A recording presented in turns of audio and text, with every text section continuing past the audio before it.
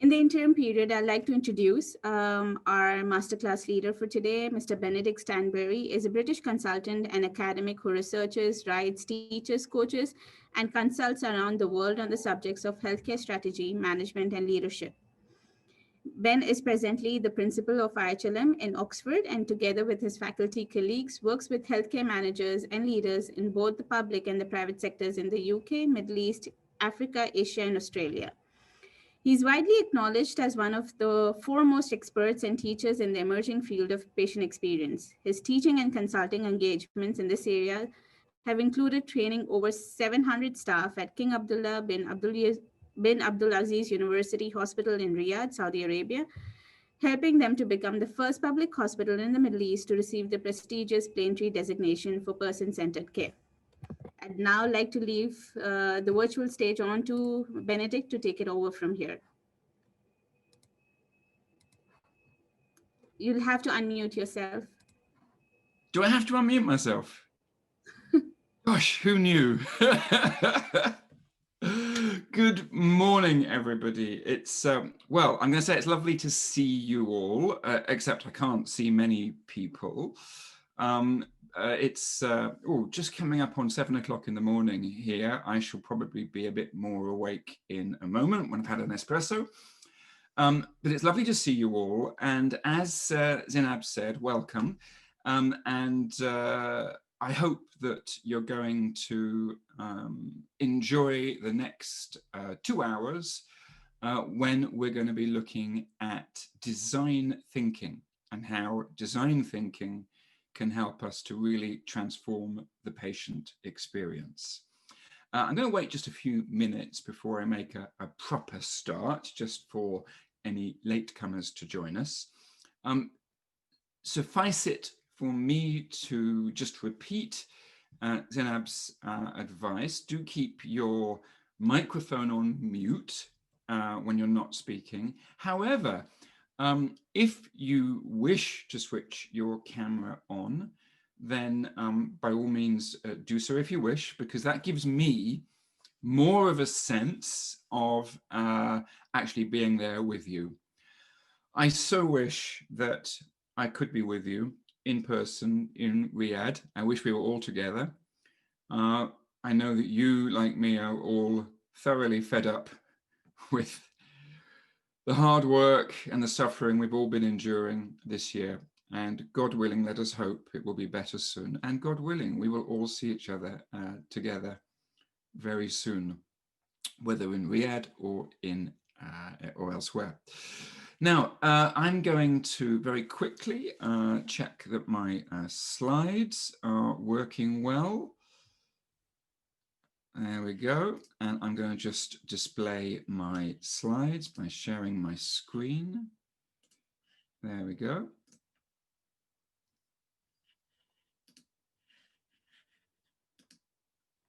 So fingers crossed, everybody can now see my slides, including the title slide right there. Yep, Zenab's giving me the thumbs up. Excellent. And there will be at a few different points during this morning's masterclass, a few video case studies that I will be sharing with you. Now, in my past experience of using Zoom with video case studies, they've worked okay, but I'll be giving you the URLs for all the videos, which are all available on YouTube in case you want to look at them directly on YouTube rather than via me. And there'll be 2 or 3 of those, just short little case studies over the coming couple of hours.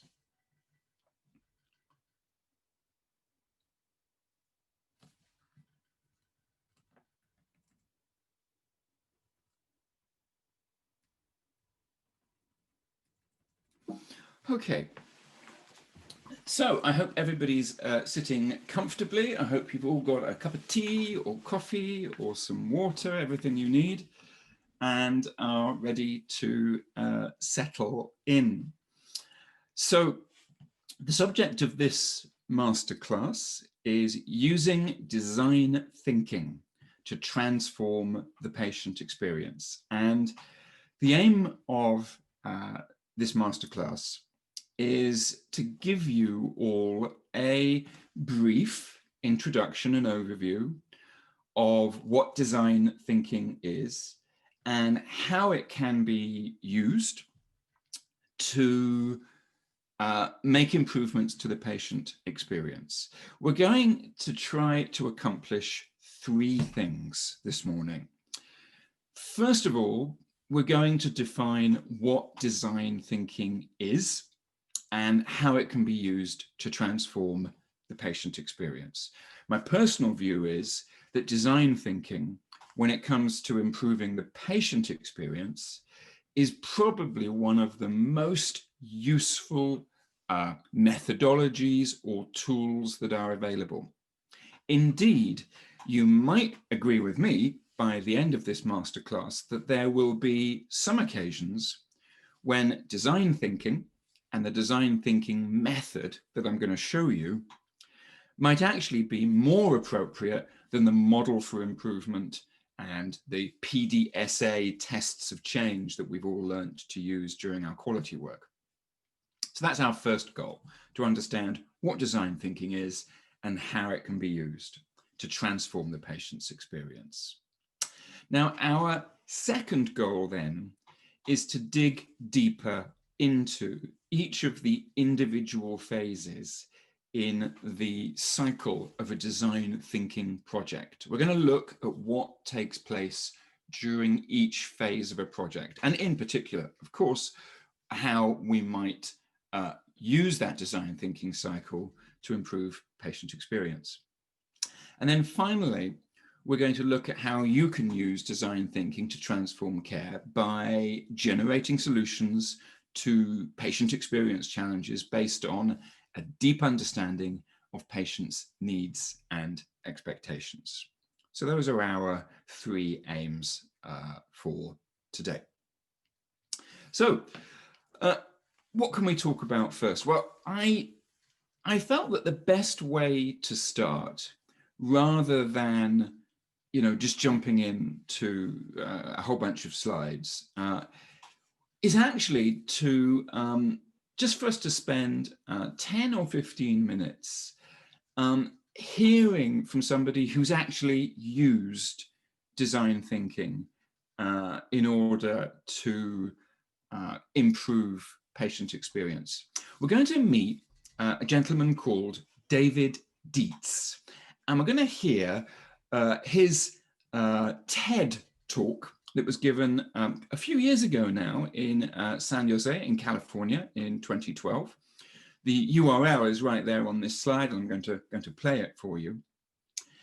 And one of the reasons I want to share it with you is because in many ways, the best way to explain what design thinking is rather than me to define it, to let someone who's done it and lived through it to talk about it.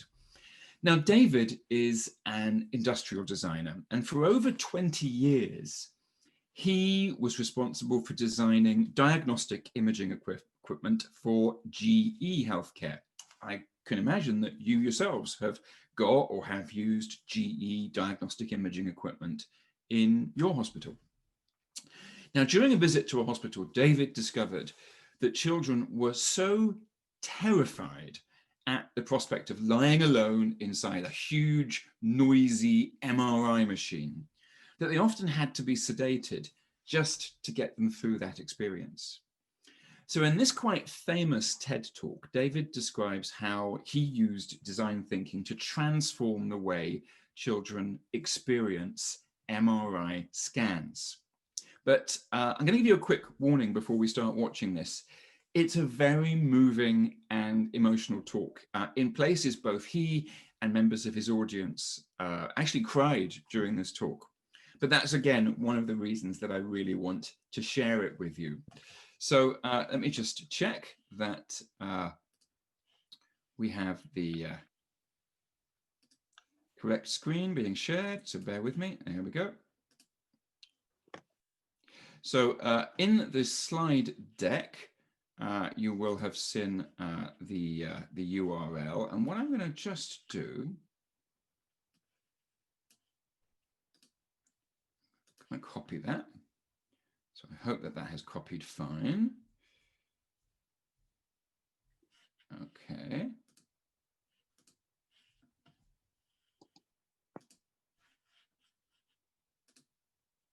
Bear with me.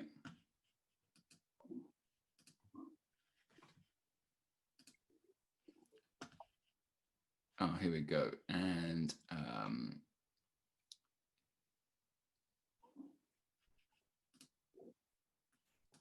I'm just going into the chat function. And I'm just going for everybody to type in the URL for the video we're about to watch. So I'll be playing it, but if you've got any issues with the quality of the video as I play it back, then of course you can copy and paste that into your web browser and watch it directly. Okay, so hopefully you can all see here. Let's go over to David Dietz. I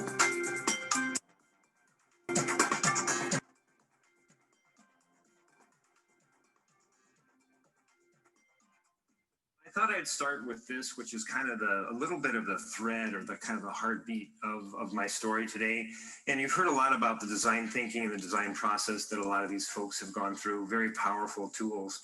And I just want to emphasize that empathy at the beginning for me is something that I think is really what is the heartbeat of the project when you move forward. And a lot of times when you move forward into the iteration and prototyping and some of the design phases that you go through, you need to actually refocus back and see what the empathy was that actually got you started at the beginning. So I thought I would just share a quick story with you guys. And this is a little tough story to tell, but I'm going to give it a shot. So I had just finished designing a big MR scanner. How many people here have an MR scan? The big old MRI scan. Oh my gosh, a lot of you guys. So don't charge the stage. So I had just finished designing this big MR scanner, and I was very proud. I think I had worked on this thing for probably about 2 years. And I'm an industrial designer, and I was doing the enclosures and the controls and displays and the coils and patient transfer, that kind of stuff. And I was so excited to see this, the first product that we installed. So I went to see it in its actual environment in the hospital. So I was just running through this hospital to check out my new product that I had just finished. I'm really excited.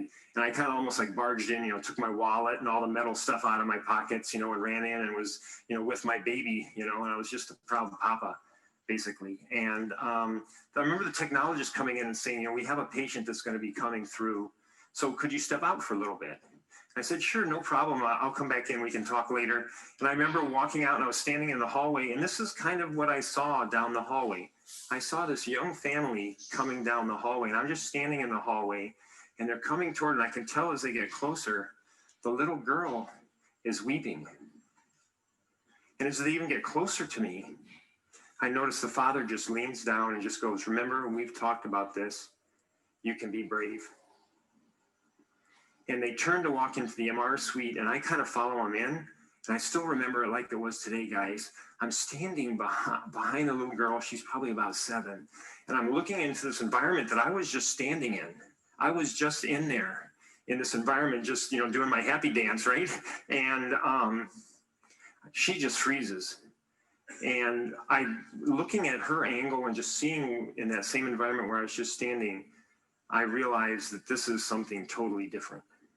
On the wall is that, horrible warning sticker. It's got the magnet and the big exclamation point. It's got that yellow and black tape, like on the thing, like, almost like a accident scene. Everything looks really kind of like beige. It's got this kind of weird colored flooring and, just kind of everything's bleached out. And then the room itself is kind of dark, and it kind of has those flickering fluorescent lights. And the machine itself that I designed basically looked like a brick with a hole in it. And then, of course, an MRI, for you folks that have had one, It is just a terrible noise. So the little girl just starts to really cry. I mean, she's just breaking down. And I can tell you guys, I'm standing behind and I see these parents. And for you guys that are parents, they're looking at each other. And they don't have to say a word because they don't know how they're going to get their child through this. So that was a huge awakening for me. So the challenge that we have here is you got that little guy and he needs to go through a scan in that. And what does that look like to you guys? What does that machine look like? Big clamp, looks like a stapler. I mean, it looks like a transformer. It's just ridiculous. And guys, this is a color picture. This is a color picture. So really this experience the family goes through and the child goes through looks like those little footprints on the bottom. It looks like a anxiety curve. And that really starts when they first understand that they need a scan or they're in their car coming to the hospital. And it just starts to ramp up as they get to the hospital. And you know how it is. You get on like 9 elevators and you follow the blue line on the floor and you get to the site. And when they see that, when they come in contact with this piece of equipment, you know, the tears start to come way up in there. And actually at the bottom of that arc, it really doesn't even flatten out that much. And just working with these young families and these parents, I spent some time with this one father, and I remember they had to sedate his son, and in this modality, nuclear medicine, they have to sedate the children about 80% of the time so they can scan them. And he was carrying his little boy out to the parking lot because he had had sedation. And I'm walking out with him just to thank him. And all of a sudden he just stops. And he's got this kind of weird look on his face. And I'm like, what's up? And he goes, you know, I forgot where I parked my car. Why do you think he forgot where he parked his car? Absolutely. I mean, it's just, you know, and my hypothesis and some of the ideas I even had at the beginning, things like they would be worried about, you know, are they going to diagnose what's wrong with their child? Is insurance going to pay for this? You know, is my boss going to get mad because I had to take off work again? All those things that I thought he'd be worried about and the family would be worried about, their number one thing was, how am I going to get my child through this? So this is where we started. And I just thought I'd throw this in as kind of a cool picture. This is our first brainstorming session at a local daycare. That's kind of cool. And you guys probably notice here some of my very young designers, even younger than some of the high school kids that came up here. I went to the source. And what was really neat about this one, I remember this little boy in the white there. And he was actually had the crayons and he was actually just sticking them in the cracks. He wasn't coloring like some of the other children that were down the way there. And I realized right off the bat when I was looking at this little boy and he's just sticking those crayons in the crack, that I had to learn more about some of the developmental stages of children, some of these things that would cause the anxiety for this to see if I could make it better. So, you know, I tried myself and I told you guys, you know, I basically failed at my job when I did the scanner. So I got some experts. So here's Fern Schupeck up at the top. I love her pose. She's very passionate. And she's the director of the Betty Brindage Museum in Milwaukee, Wisconsin, where I'm from. And both her and her team came in and we did lots of brainstorming sessions actually at the museum, up with the kids down. They have a really cool area. These are actually, most of the people that are on that picture on the right there are customers, actually bringing the customers into this innovation, this ideation session with us to come up with some really strong solutions. So we have the director of radiology there, Kathleen Capson, and Sarah's a child life specialist, and Steve is a nurse. Just great team to do that. And these are just some of the sketches here. And you know what came very apparent to me, kind of in the middle of this, especially working with the kids, is what is 3 kitchen chairs and a blanket? Fort, castle, boat, shelter, truck, you name it, it's everything. And how long would they play with it? Forever. Because they've got this fertile imagination. They've got this place where they can go to do this. So what can we do with that? This is actually a picture of my desk when I was working on this that I threw in here just to remind me that, you know, there was a lot of the right brain that went into this particular project. And I want to walk you through a couple of the rooms that we developed for these children to help them get through this situation. These are some of our pilot rooms that are actually at the University of Pittsburgh, a UPMC hospital. And this one right here, this one actually is the same machine as you saw that was the stapler. We just worked a little bit on the design, softened it out. We have a ring now instead of that big clamp. But what's magical about this room is you got to imagine, these pictures don't really do it justice. You got to imagine when you go in there, there's this like light blue sky that's cascading down. We tickle all the senses. We have aromatherapy in there. And I believe in this one, we have kind of like a water scent that's kind of a nice, kind of a soothing scent. It has a little lavender in it, kind of relaxing to do that. We have, of course, some of the graphics. So on the back, you'll see there's a waterfall that cascades off the wall. It comes down underneath the scanner, and there's a koi pond that comes out below. And what's magical about this part is the rocks that are the border actually come, and they come down the room, and they go out the hallway. And what's so cute is you'll see the little boys and girls, and they're going like this. They're walking on the stones, right? They're coming into the room. They're looking back and they're going, Dad, Mom, you got to get on the rocks. And they're coming into the room. 3 chairs and a blanket, right? They're in this special mode. They come into this room, guys, and the table actually lowers down into the water. Looks like it lowers down into the water, and it's a hollowed out canoe.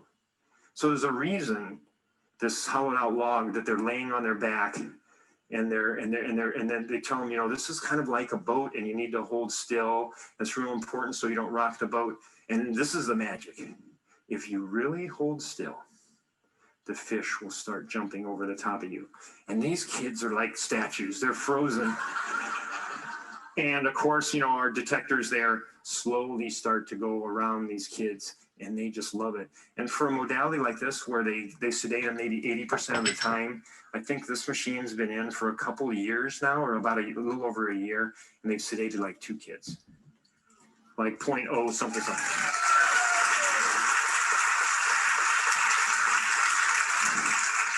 Oh, here's a couple more.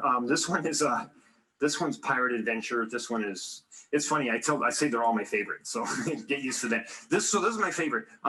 So when you walk into this room, you come in on a dock, and the floor is kind of this watercolor. It's right here. You walk in, you come in on a dock. There's a shipwreck that's in the corner. There's some sand castles. It's just beautiful. And then there's actually a plank there that you can see that you actually walk the plank to go onto the scanner, of course, right? And what's kind of magical about this one, we couldn't affect the design as much on this one as we did on the nuclear scanner. But if you look really close, that picture on the bottom there, that black and white picture, is the same room as the top one. And if you look at we call it the bore, if you look at the circle where you go through, we put the steering wheel there with those radial handles on there. And look at that. That's the same piece of equipment. Doesn't it look like we stretched it out? Like maybe 20% or something. I mean, it looks so much bigger in that one. It's the same piece of equipment. And this one, the story that goes with this is pretty powerful. There were a bunch of cabinets in this room. And when we're talking to kids of the things that scared them in the room, this particular one, they said, that reminds me of the dentist. Not a good thing. So we got a little creative, and we made a tiki hut. You can see a little of the top of it there. We did a tiki hut there, and then for our aromatherapy in there, we put pina colada. And what's so cute about that is the parents, when they come in, and they're in there, and usually the child's playing with, around. We have characters on the wall that they're hugging and they're naming. It's really cute. And you'll see the parents are looking at each other, and they go, "Is that what I think it is? Is that?" And you go, "Yeah, that's." And they go, "Can we have one?" So no. Sorry, we know that would help you get through, but no. I'm sorry, you can't have one. But I was actually.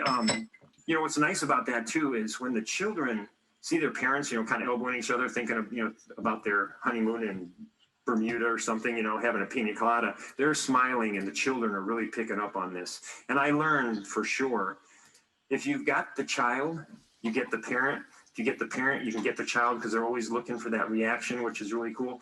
And the story that goes with this one is, so I'm talking with the parents about the pina colada actually, and the little girl had already just had her scan. And I'm talking with the parents, and the little girl keeps coming up, and she's pulling on her mom's shirt. And about on the second or third time, you know, the mom, you know, kind of interrupts and she goes, "What is it, honey?" And the little girl looks up and she says, "Can we come back tomorrow?" So I'm just, you know, that's a pretty powerful thing.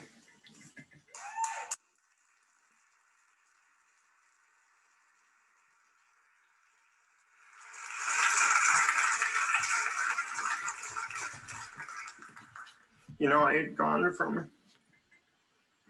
you know, really thinking and I did screw up, to having this little girl say, "Can we come back tomorrow?"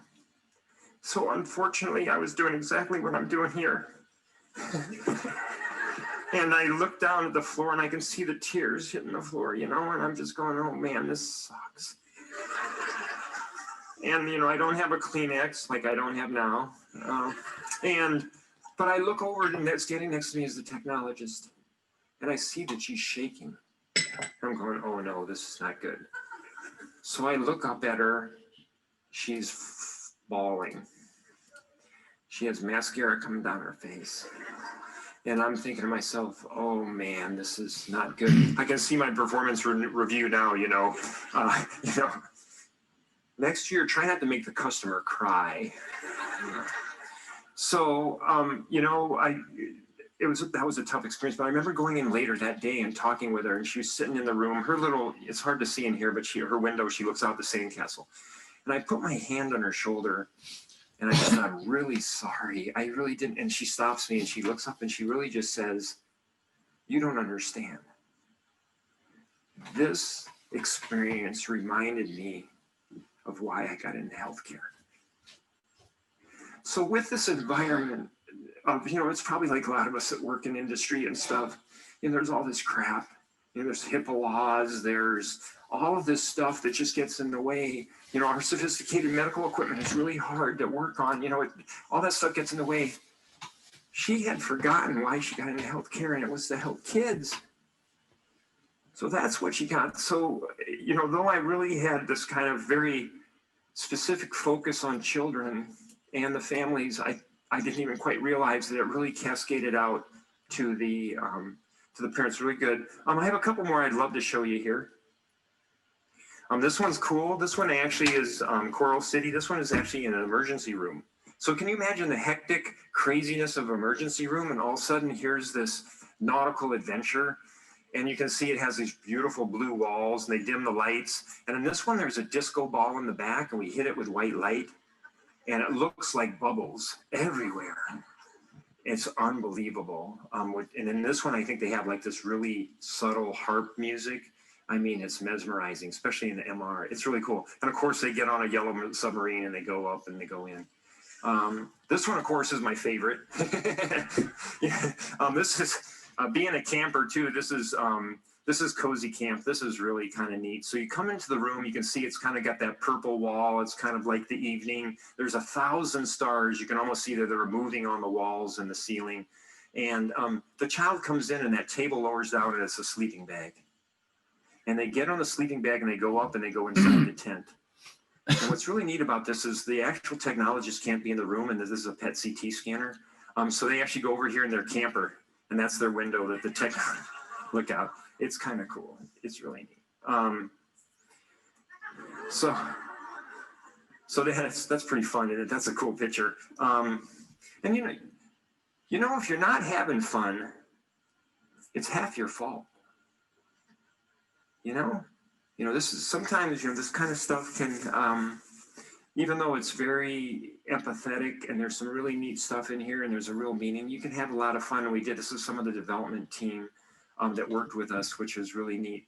And probably the last thing I just want to leave you guys with here is really that when you design for meaning, good things will happen.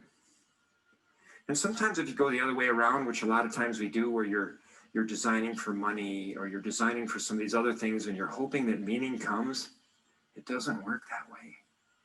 And though we got the sedation to be reduced significantly here, and I think their patient satisfaction in this hospital went up 92%. And the patient volume also went up, so they're able to get more children in a day, which makes the actual waiting list and some of the time that you have to wait for a scan a lot less.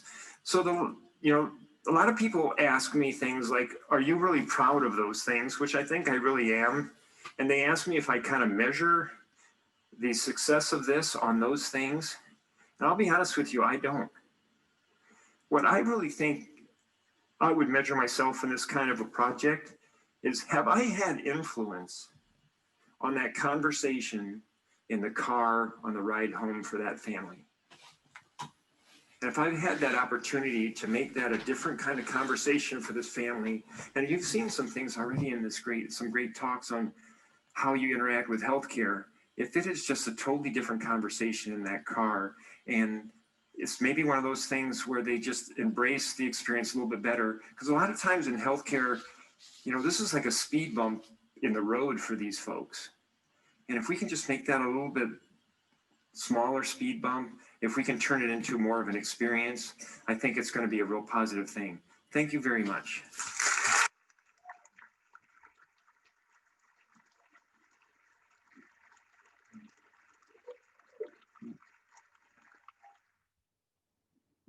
So, so there you are. That was David Dietz. Let me just switch that off. That was David Dietz from GE Healthcare, and I absolutely love that particular TED Talk, because not only does it, obviously, is it really engaging, and I had to go to the kitchen and go and get myself a tissue at one point, but also because it's a perfect way to describe what's wonderful and what's beneficial and what's great about design thinking. And although David didn't necessarily talk us through the stages of design thinking or the methods, what David did there was an absolute classic way of applying design thinking to healthcare. And what we saw there was, bear with me, let's just get that up there, there we go.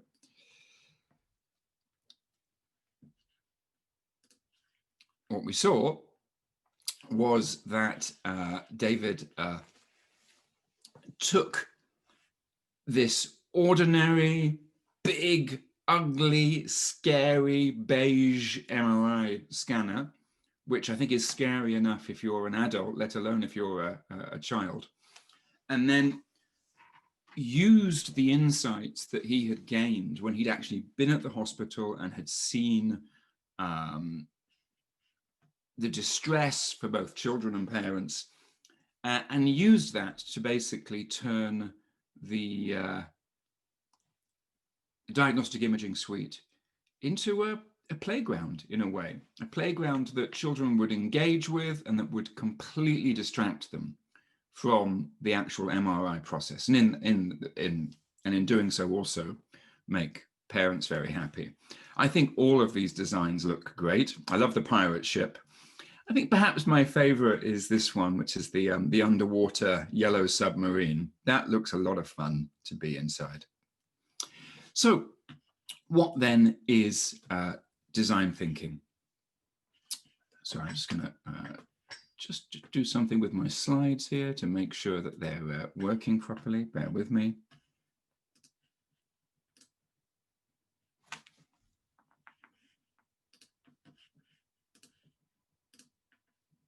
There we go. So a few quick definitions then. What is design thinking? It's see if you can keep up with this, a non-linear iterative process. So by non-linear, what we mean is it doesn't necessarily just go step 1, step 2, step 3, step 4, but it can be circular. As we're going to see in just a moment, there are stages. There are 5 stages in the design thinking process, but you don't necessarily have to follow them step by step by step. You can jump around in them. So it's non-linear, it's iterative. It's not about coming up with one big, amazing idea which you make happen. It's about gradually iterating, coming up with smaller ideas, building on these ideas, trying things out, playing around with things. So it's a non-linear iterative process that teams use to understand users, challenge assumptions, redefine problems, and create innovative solutions to prototype and test. A few other definitions here. It's a framework for generating innovative solutions through creative problem solving. So there we go. Keywords: innovation and problem solving. It's a way of thinking and working, as well as a collection of hands-on methods. So it's not just a methodology, it's also a mindset. It's a human-centered approach to innovation that draws from the designer's toolkit to integrate the needs of people, the possibilities of technology, and the requirements for business success. So it's about people, it's about innovation, and of course, it's about generating solutions. Now, design thinking has a long history. It's not something terribly new and fashionable. It's actually been with us for probably at least 50, maybe 60 years. It was in the 1960s that methods for creative thinking and theories of design first emerged, but mostly in the field of tangible physical items. So things like engineering or architecture or products. And it was in the 1970s that a couple of designers, Rittel and Weber in 1973, showed that design and planning problems are what they call wicked problems. You might have heard sometimes people talk about wicked problems. And what we mean by a wicked problem is a problem that is not easy to solve, but cannot be solved just by applying one particular theory or method or tool or technique, but actually needs lots and lots of maybe solutions and approaches that might come from lots of disciplines. Leadership, we could say, is all about tackling wicked problems.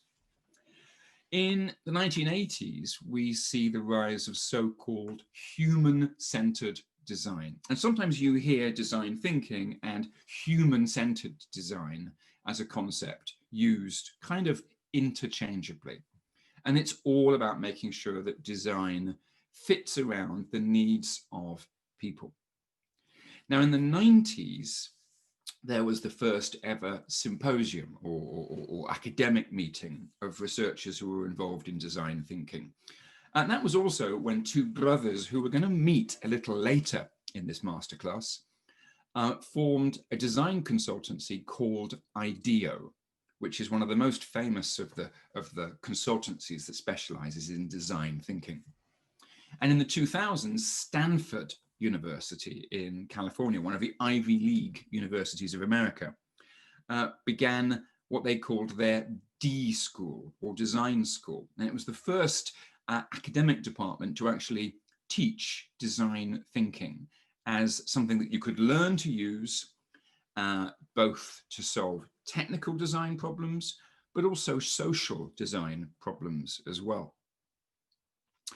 So design thinking has 5 key parts or key stages in it.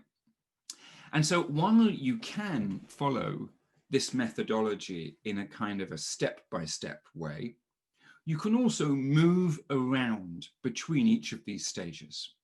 And what we're going to be doing during this masterclass is just seeing what happens in each of these stages. And my hope is that by the end of this masterclass, you'll have a little bit of a sense of what is going on and how to use this. Now, Rayan Saman has just asked, can I share the presentation with you all later? And that's just reminded me something I didn't say right at the start. What I shall say now is absolutely. All of the slides and the links and everything in this presentation will be sent to you afterwards.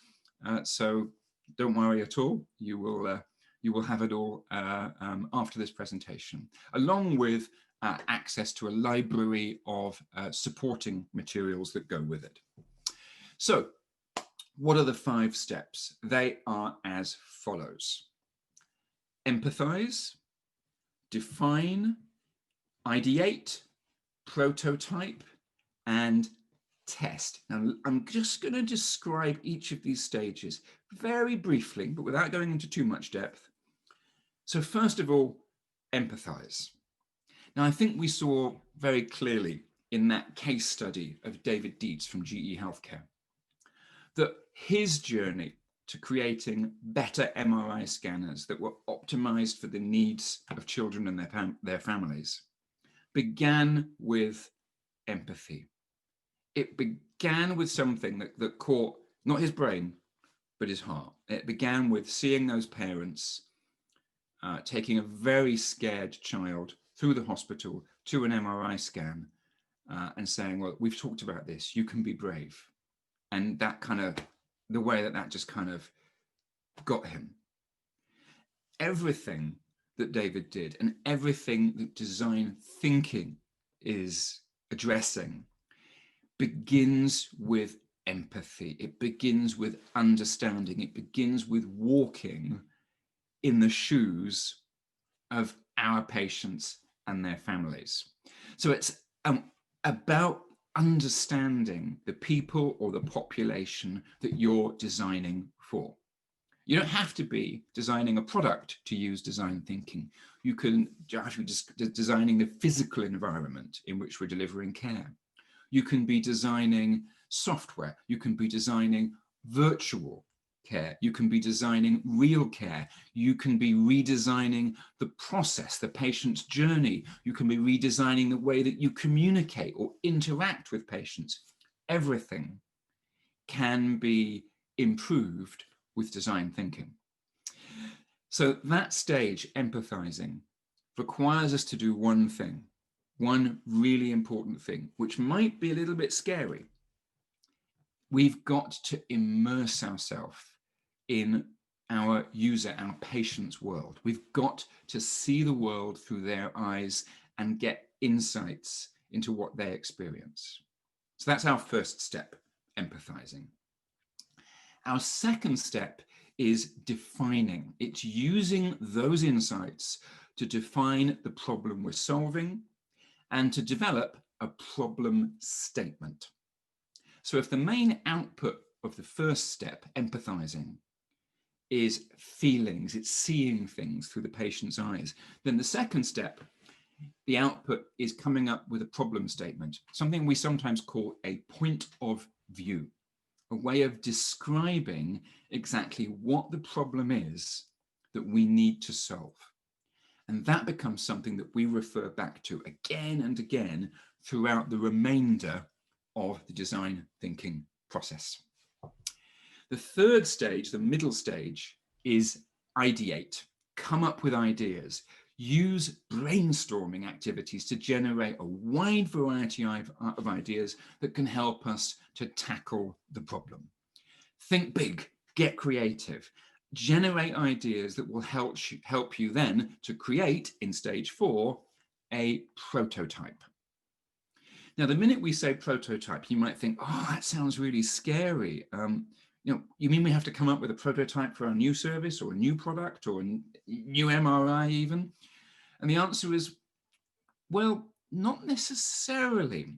When we say prototype, we don't necessarily mean something that works exactly the way the real thing might work when you eventually build it. What we mean is something that enables you to very quickly and cheaply test out your design, what we call a low fidelity model, meaning that it's something that's just very basic, very rough and ready. It could be as simple as drawing a few steps in a process on a whiteboard and saying, well, how about this? How about if this was the process for patients taking their journey through our emergency department? So you don't actually have to implement it in a full way. You can create something that helps you to see it or to experience it. And then our final step is testing.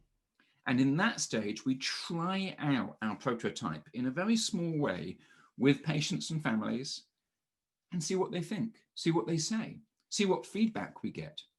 We might then get more insights that enable us to go back and define or reiterate further prototypes. So design thinking has got these 5 stages: empathize, define, ideate, prototype, test. And in terms of how we kind of do it creatively, it consists of stages where we think generatively and stages where we think selectively. Now, what do we mean by that? Well, you can imagine that once we've kind of got the initial seed of an idea, and we've kind of got some insights from patients, we need to generate ideas. So the idea of that stage when we're generating ideas is that, and when we're empathizing, is that we're thinking out of the box, we're thinking big. We don't have any preconceptions in our mind. We're not being closed, we're just being very open to feeling whatever we feel. And that's what we call the divergent, the generative process, during which that little journey there, you can see, flares outwards and we become as open-minded as possible. But then once we have to define the problem, that means that we need to sort of close down a little bit and converge around a very specific statement about what the problem is.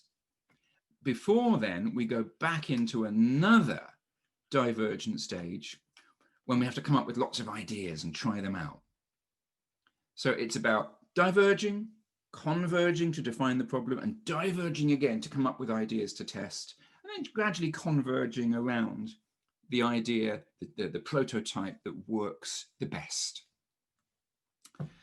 So this masterclass is going to take us through all 5 of these stages. And we're going to start at the beginning with the seed that began David Dietz's journey and the seed that begins all design thinking journeys. We're going to start with empathy, with the need to get into the shoes of our users. For us, it's for our patients and their families, and to do research on our users' needs. Now, we are very much used to kind of doing patient satisfaction surveys and questionnaires and so on.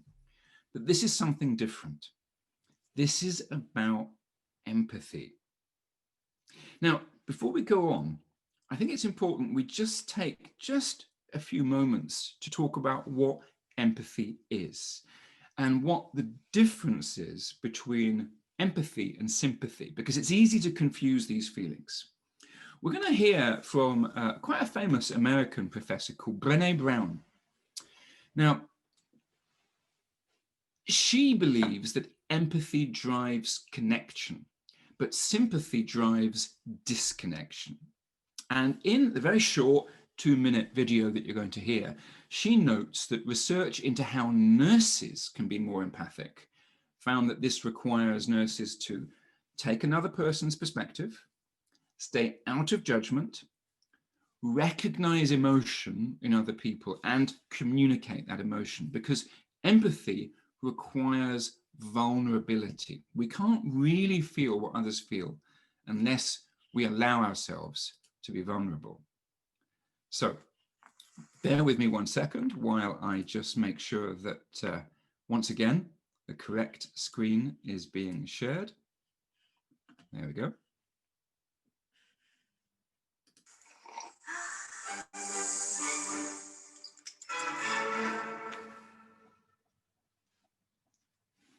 So what is empathy, and why is it very different than sympathy? Empathy fuels connection. Sympathy drives disconnection. Empathy, it's very interesting. Teresa Wiseman is a nursing scholar who studied professions, very diverse professions where empathy is relevant, and came up with 4 qualities of empathy. Perspective taking, the ability to take the perspective of another person or recognize their perspective as their truth. Staying out of judgment, not easy when you enjoy it as much as most of us do. recognizing emotion in other people and then communicating that. Empathy is feeling with people. And to me, I always think of empathy as this kind of sacred space when someone's kind of in a deep hole and they shout out from the bottom and they say, I'm stuck, it's dark, I'm overwhelmed. And then we look and we say, hey, you climb down. I know what it's like down here, and you're not alone. Sympathy is, ooh, it's bad, no, you want a sandwich? Empathy is a choice, and it's a vulnerable choice, because in order to connect with you, I have to connect with something in myself that knows that feeling. Rarely, if ever, does an empathic response begin with at least. Yeah. And we do it all the time, because you know what? Someone just shared something with us that's incredibly painful, and we're trying to silver lining it. I don't think that's a verb, but I'm using it as one. We're trying to put the silver lining around it. So I had a miscarriage. Oh, at least you know you can get pregnant. I think my marriage is falling apart. At least you have a marriage. John's getting kicked out of school. At least Sarah is an A student. But one of the things we do sometimes in the face of very difficult conversations is we try to make things better. If I share something with you that's very difficult, I don't even know what to say right now. I'm just so glad you told me. Because the truth is, rarely can a response make something better. What makes something better is connection. So what makes something better is connection. So I think that's a very, very good way of understanding what empathy is really about. To do empathy well, we do have to be ready to really connect with patients and feel what they're feeling, as uncomfortable as that might be at times. Does empathy work as a strategy for beginning design thinking? And most importantly, because it's why we're all here, does empathy work when it comes to delivering a better patient experience? Well, I think we all know the answer to that. But I think it's very interesting as well that when you look at the organizations that are really known and respected for delivering a superb patient experience, they have absolutely no hesitation about saying empathy is absolutely at the front of everything that we do. So, and where better to look for an example of that than the very famous Cleveland Clinic. Now, over the last 10 years, Cleveland Clinic's become globally recognized for its leadership.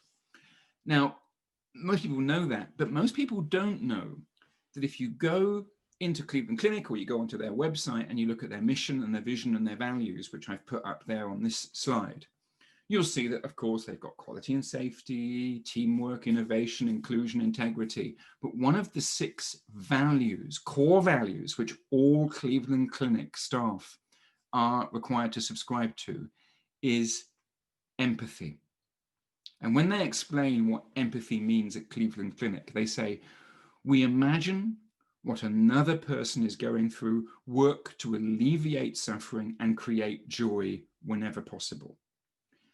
And again, Cleveland Clinic has no reservations whatsoever when it comes to the way that they communicate what empathy means, in tugging on our heartstrings, tugging on the heartstrings of their own staff to really help people connect with how patients are feeling. Now, I know that everybody on this masterclass right now has probably seen the video I'm about to show you. It's very, very famous, but I'm going to show you nonetheless, because I think we should never miss an opportunity to reconnect with what empathy is really about.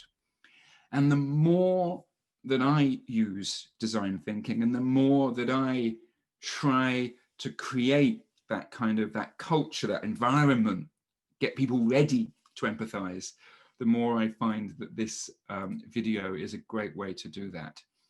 And does this video help me to empathize? Absolutely, it does. And actually, quite often, when I'm teaching, I try to. Sorry, I'm just going to. Now and again, I lose control of my screen. When I'm teaching, I often, patient experience, I often share this video, and I can't actually watch it without having a little bit of a cry, because it always gets me. And the only way that I can actually play this video without having a tear in my eye is to actually just go out the room or fiddle with my phone or do something to distract myself. But since we're all in the privacy of our own offices or homes, it's okay over the next few minutes to have a cry as we watch this video. And if you've seen it before, please do still watch with me again, because this really shows us what empathy is all about.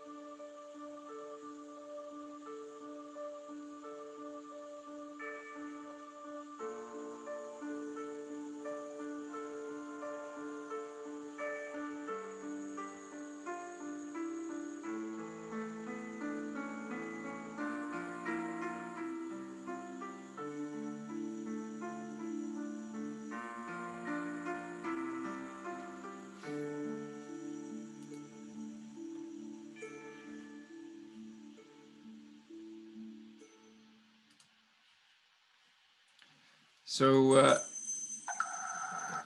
there we are, and well, I've still got tears on me. So, but the reason to play that, although we've seen it all many times before, is that really does remind us so well what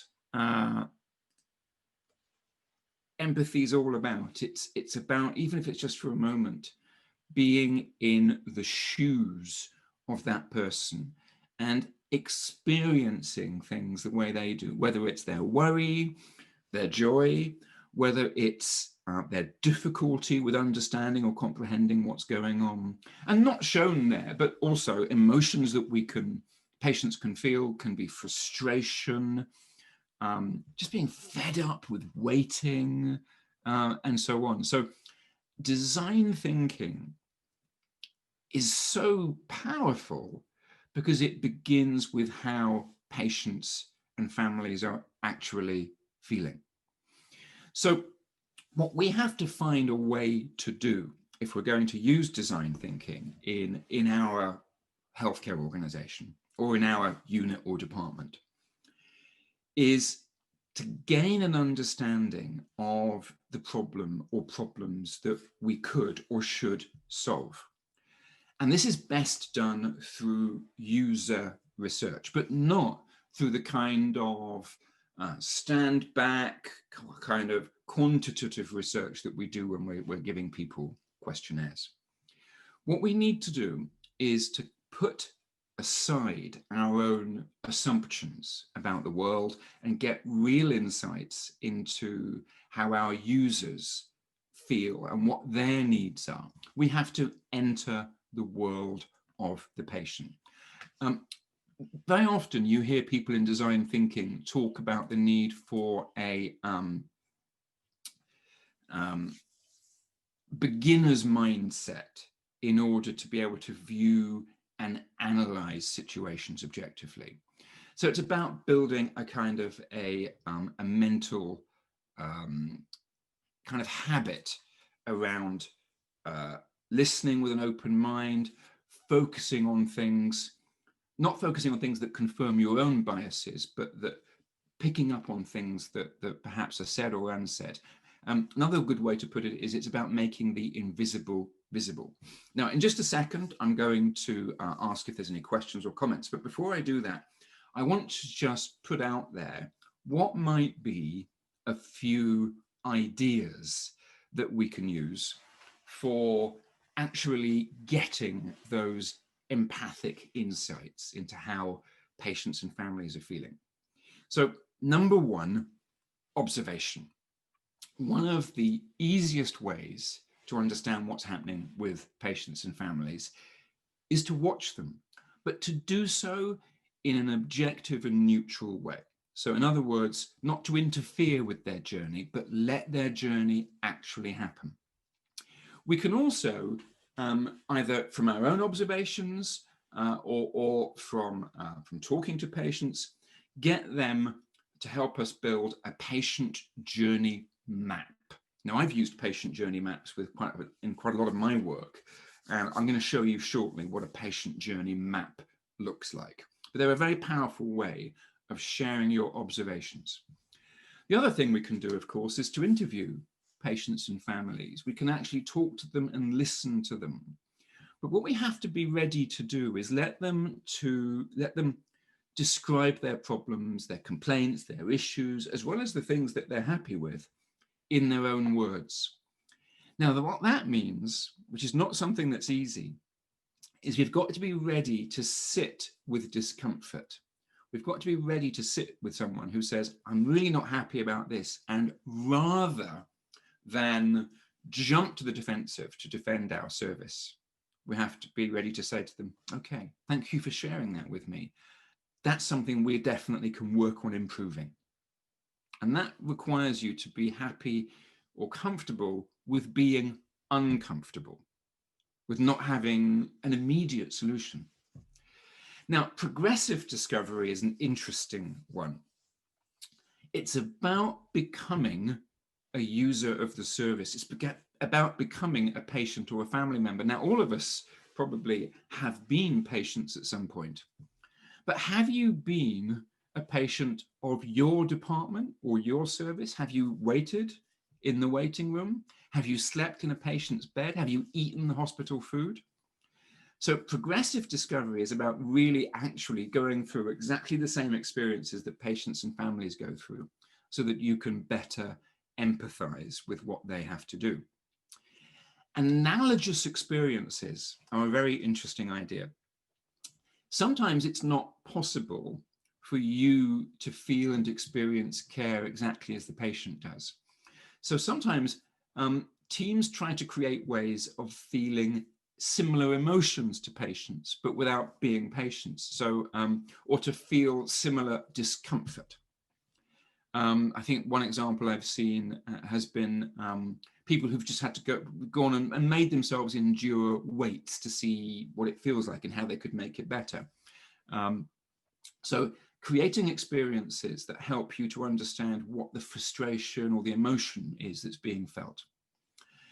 Patients themselves, of course, can give you videos, photo journals. They could record their own experiences and give you feedback in that way. And in particular, you should, when you're researching user needs and trying to build empathy with patients, engage with what we call the extreme users. Now, what we mean by that, extreme users, extreme patients, is the people who use the service very frequently, perhaps because they have a long-term or chronic condition, they have a disability, and they therefore come to your unit or department or your hospital very, very frequently. They, because of that frequency of use of the service, have a lot of insight into how the service might be improved. And also people who've got needs that are difficult to meet. They might also, those kinds of so-called extreme user, might also have some really great insights that they can share with you. So that's empathy. And those are some methods for generating empathy. It's all about seeing things through the patient's eyes and finding ways to capture that. So does anyone have any comments or thoughts or questions? At this moment, for the next few minutes, you're welcome to unmute your mic and ask a question or make a comment. Hi. Hello, Rayan. Hi, how are you? Thank you very much for the great presentations. Just if you can help us more to know how can we create ways to make our team feel what patients feel. So what are the ways so that we can engage them more on this? Well, certainly what you can do with it, and what I've done in some of my work has been that you could actually, when you form a little project team, let's say you've decided, right, I want to try with my team or with some colleagues to use design thinking to make some improvements to the service. Get a team together and find people from different departments or parts of the service, wherever it is that you want to make your improvements, and give them a little bit of guidance before then saying, right, I want you to go and actually shadow a patient today. So shadow the patient on their journey, go with the patient, not interfere with that journey, but actually say to the patient, I'm going to spend today with you, I'm going to spend this morning with you, I'm going to go with you through each step of your journey so that I can understand what it's like and what works well and what doesn't work well. Now, I recognize, of course, that does mean that you've got to release those people from their jobs, and that's not easy. But that's one good way of doing it. Another way to do it might be that a few members of the team do some videoing and do some photography with patients with their permission of interviews with patients. And then because the great thing about videos is then you can share those with all of your team. And if, let's say, we're looking at how might we use design thinking to improve the patient's journey in an outpatient clinic, what I could do is I could do some interviews with patients, do some videos and photographs, and then share those with everybody who's working in that department to kind of show them, here, this is what patients go through, this is what they feel. I hope that helps.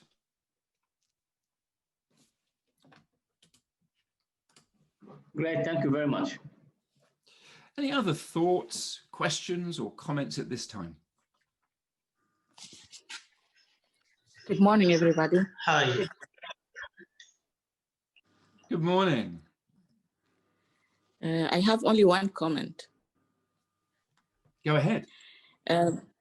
Regarding empathy, for a long time, we are as a staff, and we are coming also to the hospital as a patient. And yet, we are not really feeling how the patient really feel, especially when they come to our organization. If that is a failure to reach the maximum empathy, or still our standard may be different from their standard. Or maybe because sometimes we are getting some help and support from our colleague in the hospital or in the health institution.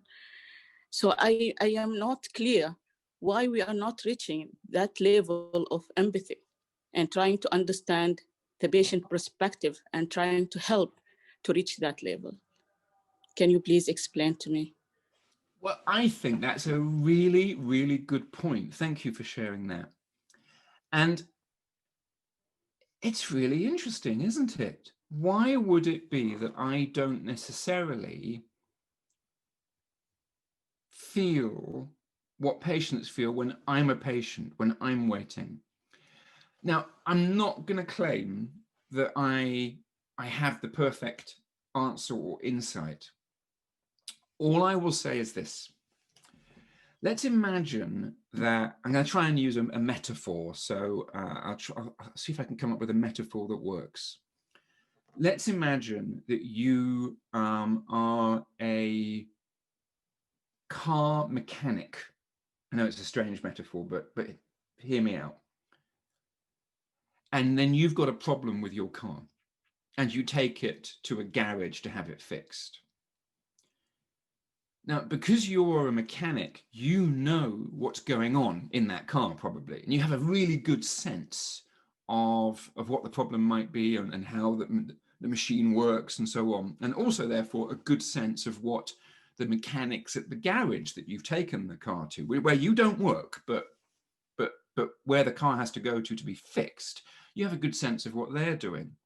So you experience perhaps that situation with a lot of insight and understanding already about the systems and the processes that they're going to be using. And I think that when you're a patient in your own healthcare institution or in another institution,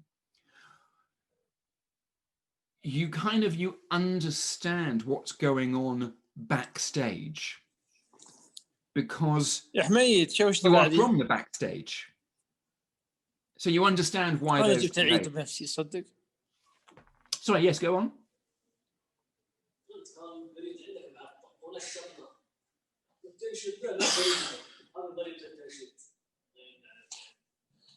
حميد اعطيني ايميلك بسرعه. I muted his يا أخ فايز أنت. قفل المايك ابو حميد. I think somebody was coming in on that, but I thought perhaps with their own with their own reaction to Saud's comment. But I think, yes, I think because we know what goes on backstage in the hospitals and in departments, we perhaps have a better tolerance for what's going on. And patients, families, they don't understand why the lab tests are taking so long to come back, why it's taking so long for the pharmacy to prepare their prescription. For them, it's a very difficult thing. So perhaps that's one of the, but I think it's a really good question. And I think it's a PhD topic almost on its own, is why is it difficult for us to feel as our patients feel? But I think that if that's true, that it is more difficult for us, then that's an even better reason why we shouldn't just make decisions about what does or doesn't matter for patients. We've absolutely got to really listen to the patients themselves with an open mind. I have a comment, Benedict, if you don't mind. I may share something. Yes, absolutely, Naima. Go ahead. Okay, thank you. I think what Ms./Dr. Saad just mentioned is absolutely true. Talking from a physician/radiologist point of view, when we go back to our medical school, we were taught more of the scientific work, but I don't think we had a lot of time spent on how do we deal with the empathy side. I don't think we were trained how to deal with emotions when it comes to dealing with patients and our own emotions. We are always taught to be those scientists, the experienced, the decision making people. And I think this is why we are, I'm talking about my background in residency and fellowship. I don't think this empathy issue has been ever taught. Not until I started working half-time in the academic and in the clinical, and then some of my other time has been freed for the patient experience, that I came to know there's a lot of things that we need to deal with, we need to learn. And I think this is back to our training. So it's not that we don't feel, we do feel, but we are worried. We don't know how to express it, how to deal with it. And probably that's from this point, it came the avoidance. We avoid it.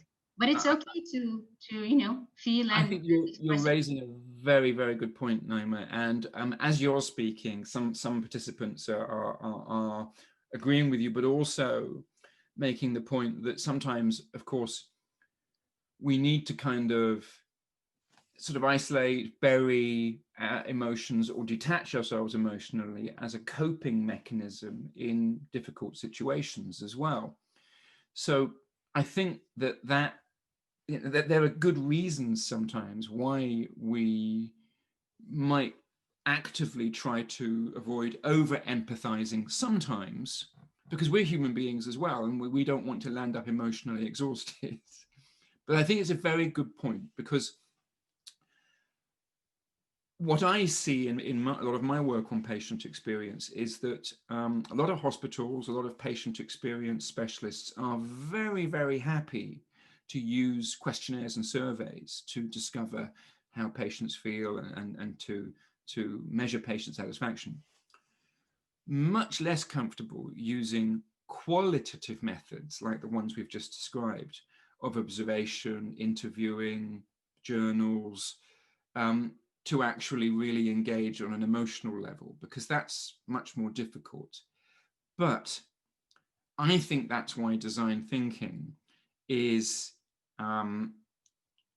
so powerful potentially for us in improving the patient experience, because it actually makes us consciously have to overcome that reluctance we often have, for good reasons, to get emotionally engaged. So thank you everybody for sharing those things. I want to move on, because I want to keep us moving into the next stage. Now, Dr. Said Al-Mughari has just made the point, well, what about selecting the patient as a representative? Can I raise a point here, if you don't mind, Mr. Yes, absolutely. Who is this? I only see Saudi General Hospital Riyadh on the screen. Yes, so I don't know this is Dr. Matig, CEO of Saudi German Hospital Riyadh. Hello, nice to hear from you. Nice to see you. Thank you. My comment here regarding Ms. Suad, she's raising a very important point regarding why you are not feeling what the patient feel exactly. I think we have something hidden as a practitioner in the hospitals. Let's say hidden empathy.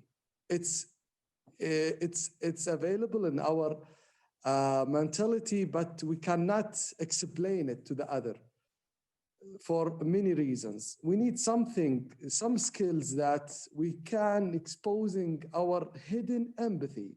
Why? Because we are exposing many of illness experience of the patient every day, every time, every transaction inside the hospitals, we exposing many experience. But the customer or the patient come to the hospital as the first time exposing this experience.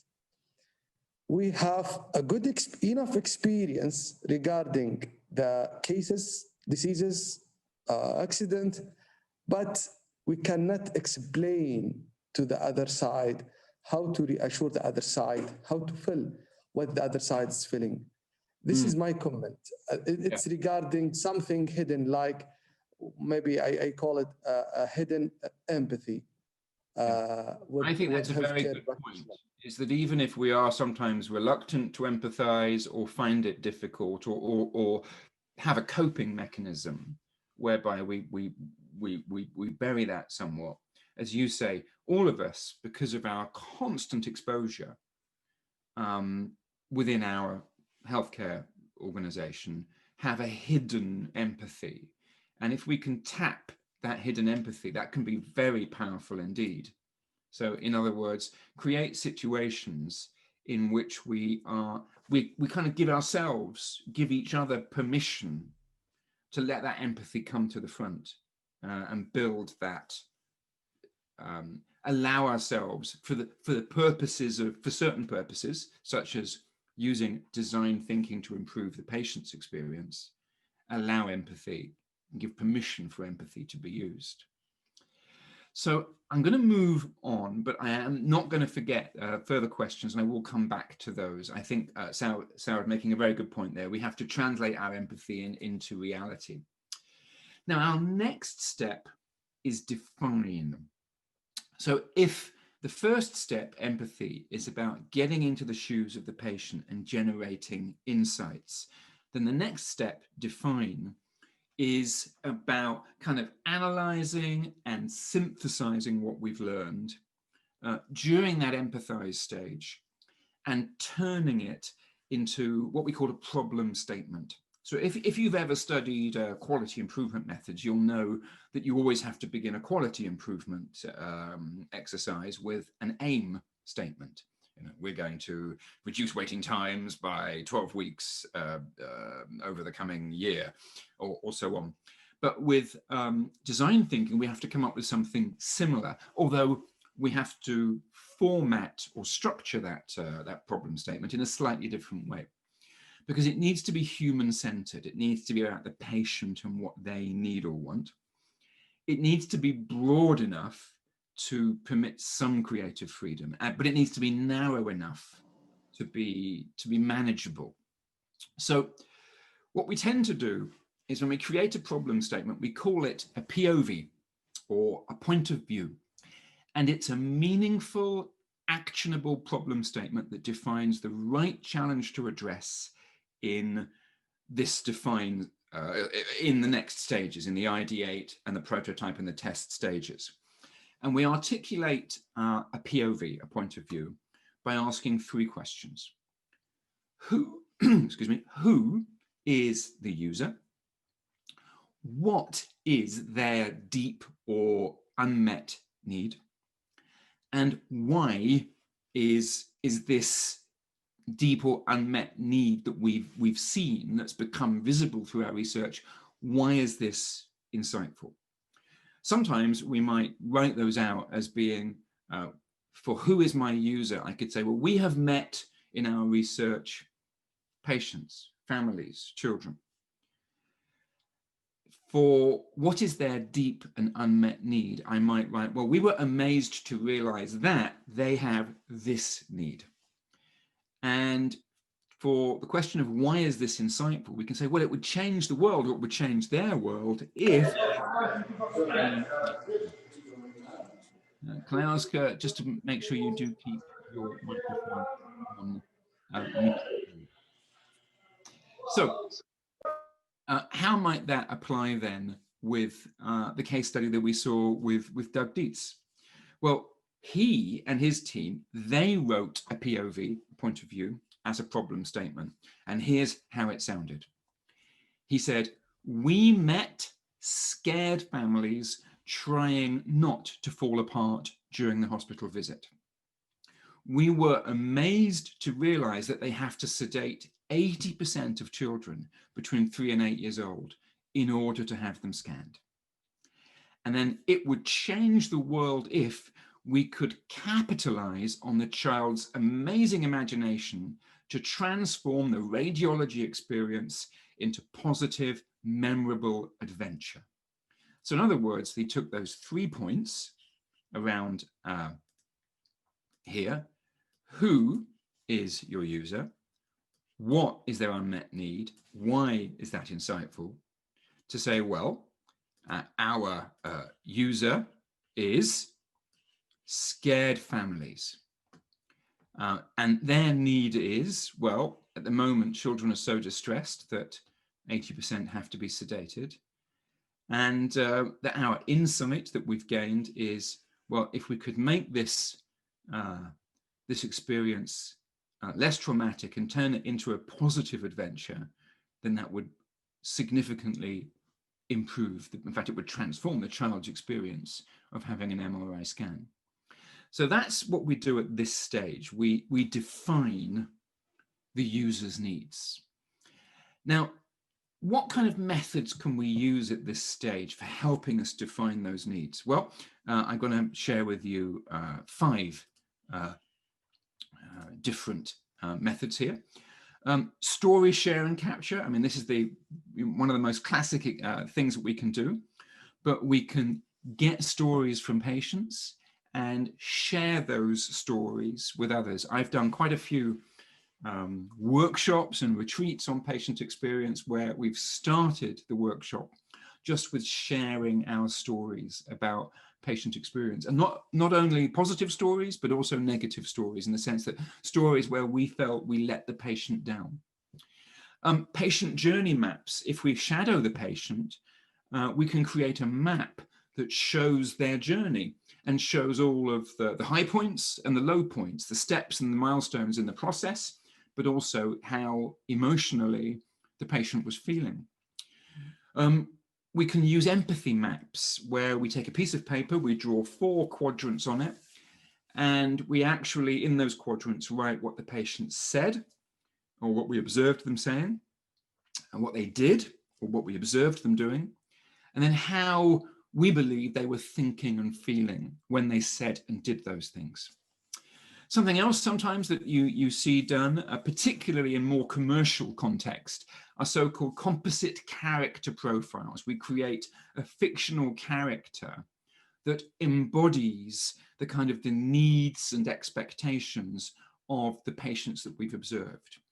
You can imagine the GE team creating a character, Oscar, an 8-year-old little boy who needs an MRI scan, and he loves pirate adventures and underwater and under the sea, and he loves fish and sharks and things like that. And but he's also scared by the unknown as well. He's scared by hospitals. So how can we make things better for him? And another method, again, I haven't got time to go into all these methods in detail, but I'll be giving you resources to help you to look at them in more depth. Why, how, laddering. So for each of your patients' needs, we can ask why they have that need and ask about that need several times over. And I'm just going to quickly slide forward, because now is a good time to mention that at the end of this slide deck, which I will be letting everybody have, I've got some links to free resources, and they include 3 links to completely free books and publications. And each of these books has got, it's literally full of methodologies for each we can use in each stage of the design thinking process, including detailed guides about how to use all of the methods that I'm mentioning at each stage. So all of these methods I have just mentioned for defining user needs are all explained in lots of detail in the resources that I'm going to share with you. Now, here's an example of a typical patient journey map, and this actually comes courtesy of some of the participants in work we've done at Saudi German hospitals, actually, around the kingdom, where last year, 2019, we did lots of work to help staff to build their skills to go and observe and empathize with patients. And one of the many posters they created in our workshop, we had posters going all the way around the room, patient journey maps, was a poster showing the typical journey of a patient in the emergency room. And you can see up the top that they've got each of the stages here in the patient's journey: parking, triage, doctor's assessment, and what have you. So we can see how, from a process perspective, things are going. But down here, what we've done is we have created a little bit of a kind of an illustration of the emotions, the feelings that the patient is going through during that journey. So we can see, where are they feeling good, where are they feeling less good. So you can see we've kind of used these emojis to describe the patient journey.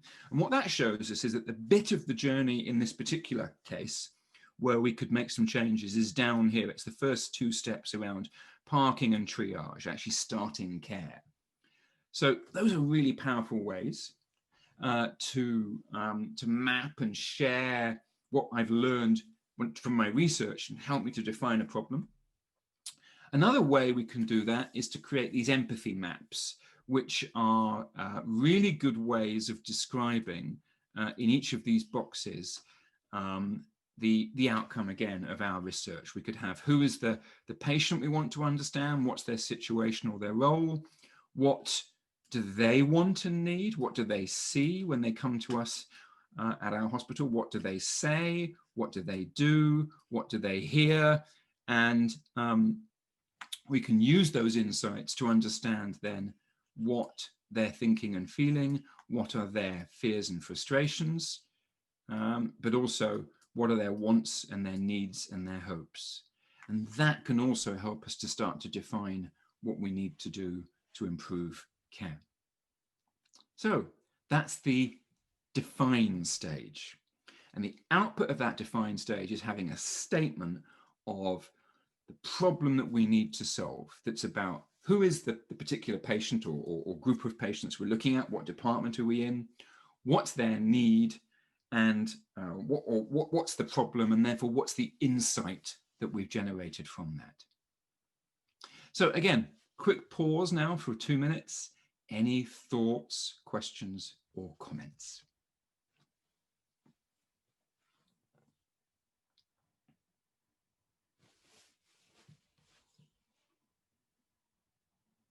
Okay, so let's go on, shall we? Now, the next step, the third step in the design thinking process, is what we call ideate, or in other words, create ideas, brainstorm, come up with ideas that might address those needs, those unmet needs or expectations that patients have. So during this stage, we need to bring together colleagues and team members in a creative environment, structured but creative environment, to brainstorm ideas. Now, you might remember that right at the start, I said that this is a divergent process. It's about opening your mind and coming up with the broadest range of ideas possible. Now, what they always say during brainstorming is that to do brainstorming really well, you should not judge anybody's ideas. All ideas should be welcomed. You should be reaching for quantity, not quality. So in other words, as many ideas as possible. There will come a time a little later that you can think about, well, how do we then sort these ideas out? But right at the start, it's about the quantity of ideas. Now, I mentioned a little earlier a consultancy called IDEO, I-D-E-O, an innovation consultancy. Now, this consultancy was started in the 1990s by 2 brothers who are both kind of thought of as very much the kind of originators of design thinking, David and Tom Kelly. Now, David Kelly is the founder of Stanford University's D School, and he set up IDEO with his brother. Now, brainstorming is one of their favorite techniques for coming up with new ideas, but they also favor involving a diverse range of stakeholders in that, with lots of points of view. So a little earlier, somebody, forgive me, I'm not quite sure exactly who, but let's just go back. Yes, Dr. Said Al-Mughari said, what about selecting patients as a representative in a project team? And this is exactly what you can do at this ideate stage. You can have patient and family representatives involved. You can actually have true co-design going on during this stage, and get them involved with sharing their ideas and giving their reactions to your ideas. So David and Tom also talk about empathy maps, keeping track of what people feel, as that often points you towards opportunities as well. So I'm going to very briefly load up a short film involving just with David and his brother. There we go. To share a few of their thoughts. When it comes to ideation, we're in favor of any process that actually works. So brainstorming really works for us at IDEO, and it continues to be one of our go-to methodologies when we need a big idea, right? But some people say that they don't get value from it, or they're not good at it, or that it doesn't yield them results, and then they should definitely try other things. And there are, dozens of other techniques out there. Whatever people like or don't like about brainstorming, for me, there's no way of getting around that. There's got to be a way that you use these diverse people. You have, if you were designing a product, how could you not have the surgeon who has experience using this device, and the hospital administrator who has to buy the thing, and you need to have all the different points of view in the room, and you have to be able to get the synthesis, the build on each other's ideas, rather than one person's idea and the other person saying, no, that's not very good, and then the whole quick conversation ends. So I really believe that brainstorming, you can do it however you want, but that the essential thing is that when you have a diverse group, which I think is essential to innovation, that you find a way to build on each other's ideas. And that's what we think brainstorming is. But there's lots of other tools out there. A tool that we developed at IDEO many years ago that has gained popularity, including here at the D School at Stanford, is this thing called an empathy map. You go out in the world and you observe. You go into the OR, or you follow a patient home, or you figure out what your relevant audience is, and you observe, and then you keep track of what did this person say and what did they do, and you kind of keep track of all the things you observe. And you do this in a group setting. Right, and so when you're back, in your office, you make a Post-it note for every single thing you observed, what they said and what they did, and then from that, using this group expression, or this ideation process, then you try to infer what was this person thinking, what was this person feeling. What we found is when a team tries to cross over that border to what were they thinking, what they were feeling, it often points to an opportunity for innovation. So there we go. They have they have a lot of enthusiasm for brainstorming, and a lot of enthusiasm also for that tool we saw of the kind of the character profile, the empathy map, so to speak. So in this ideate stage, what are we doing? Well, we're creating ideas. So brainstorming, as we well know, is all about getting people together in a kind of an open environment, maybe one that they're not often in, and creating the right conditions for people to be creative. And often that's about letting people come up with their own ideas, get them down onto Post-its. Here we go, here's a very typical scene in a brainstorming session. Actually, this is the second stage of a brainstorming. In our first stage, we got lots of ideas down on Post-its. In our second stage, we started to cluster and sort out our ideas and put them together into groups to see what were the big ideas that were kind of coming out of that. That's what we might also call bundling ideas. So we are synthesizing ideas by grouping similar ones together into complementary kind of sets so that we get more complex sort of concepts coming out of our initial ideas. Another great thing about brainstorming can be the opportunity to get visual, to draw, to sketch, to collage. Doesn't matter how rough or ready it is, if it helps us to communicate.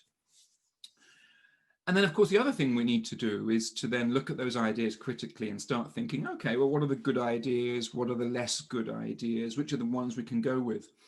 And as we mentioned, we can do co-creation or co-design sessions involving patients and families to get their feedback on our ideas, ask them what they think, and get them designing alongside us. The key thing, though, that we have to bear in mind is that if we're going to do brainstorming, we have to make sure that it happens in a really nice, creative environment. So in other words, do it one conversation at a time, give everyone the chance to be heard, go for quantity, get as many ideas as possible, be positive. Don't ever sort of say to people during a brainstorming, oh no, that won't work, you can't do that, but say yes and. So get as many ideas as possible. Encourage wild ideas. You could even have one section of a brainstorming where you say, come on, let's all come up with the silliest ideas we can. Sometimes those are ways to release people, make them feel free to innovate. Be visual. You can use whiteboards and post-it notes. Make sure, though, that people stay on topic, that they're addressing the problem statement, and also defer judgment. So in other words, allow people to share what's on their mind without telling them, no, that won't work, or yes, that will work. Now, in my experience, very often, it's during these kind of brainstorming stages when people feel that they are being liberated or freed to share their ideas that amazing things come out. So, for instance, at the emergency department in Karolinska Hospital in Sweden, where I've been doing some work, they got together in the emergency department with nurses and said, well, what can we do here? What kind of ideas do we have? And one of the many problems that they were aware of is that the hospital had, and this is a problem in lots of hospitals, particularly in Western countries where we have a large number of frail elderly patients. Pressure ulcers can be a really big problem. So Karolinska Hospital has a higher than average incidence of pressure ulcers. That might be to do with having a higher than average number of very elderly and frail patients. But they wanted to get ideas about, well, how can we actually reduce the number of the incidence of pressure ulcers? And what nurses said was, well, look, one of the problems is that patients are lying on stretchers and trolleys in the emergency department for several hours sometimes while they're being assessed and triaged and what have you, and before they can be admitted as inpatients. So why are we not intervening early and making sure that pressure ulcer management and prevention isn't starting the moment the patient comes into the emergency department? And then another nurse said, yes, and why not start even earlier in the ambulance? So it was because of those creative kind of ideas that at Karolinska and in the area that Karolinska serves, they started making sure that special mattresses were in the ambulance so that the moment that patients were on a trolley, they were on a special mattress that was going to reduce the risk of pressure ulcers. And all of that came from nurses having those ideas during a brainstorming session.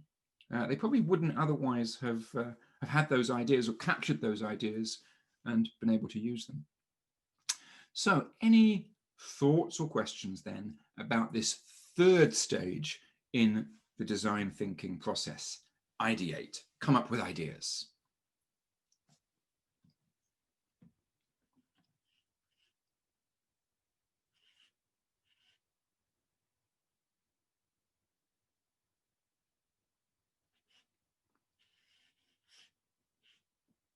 Okay. Hello. Hello, Safana. Yeah, this is Safan Al Saidi from Oman, Minister of Health.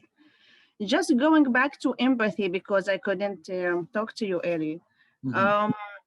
I have just two comments replying to dear Suad and then the radiologist.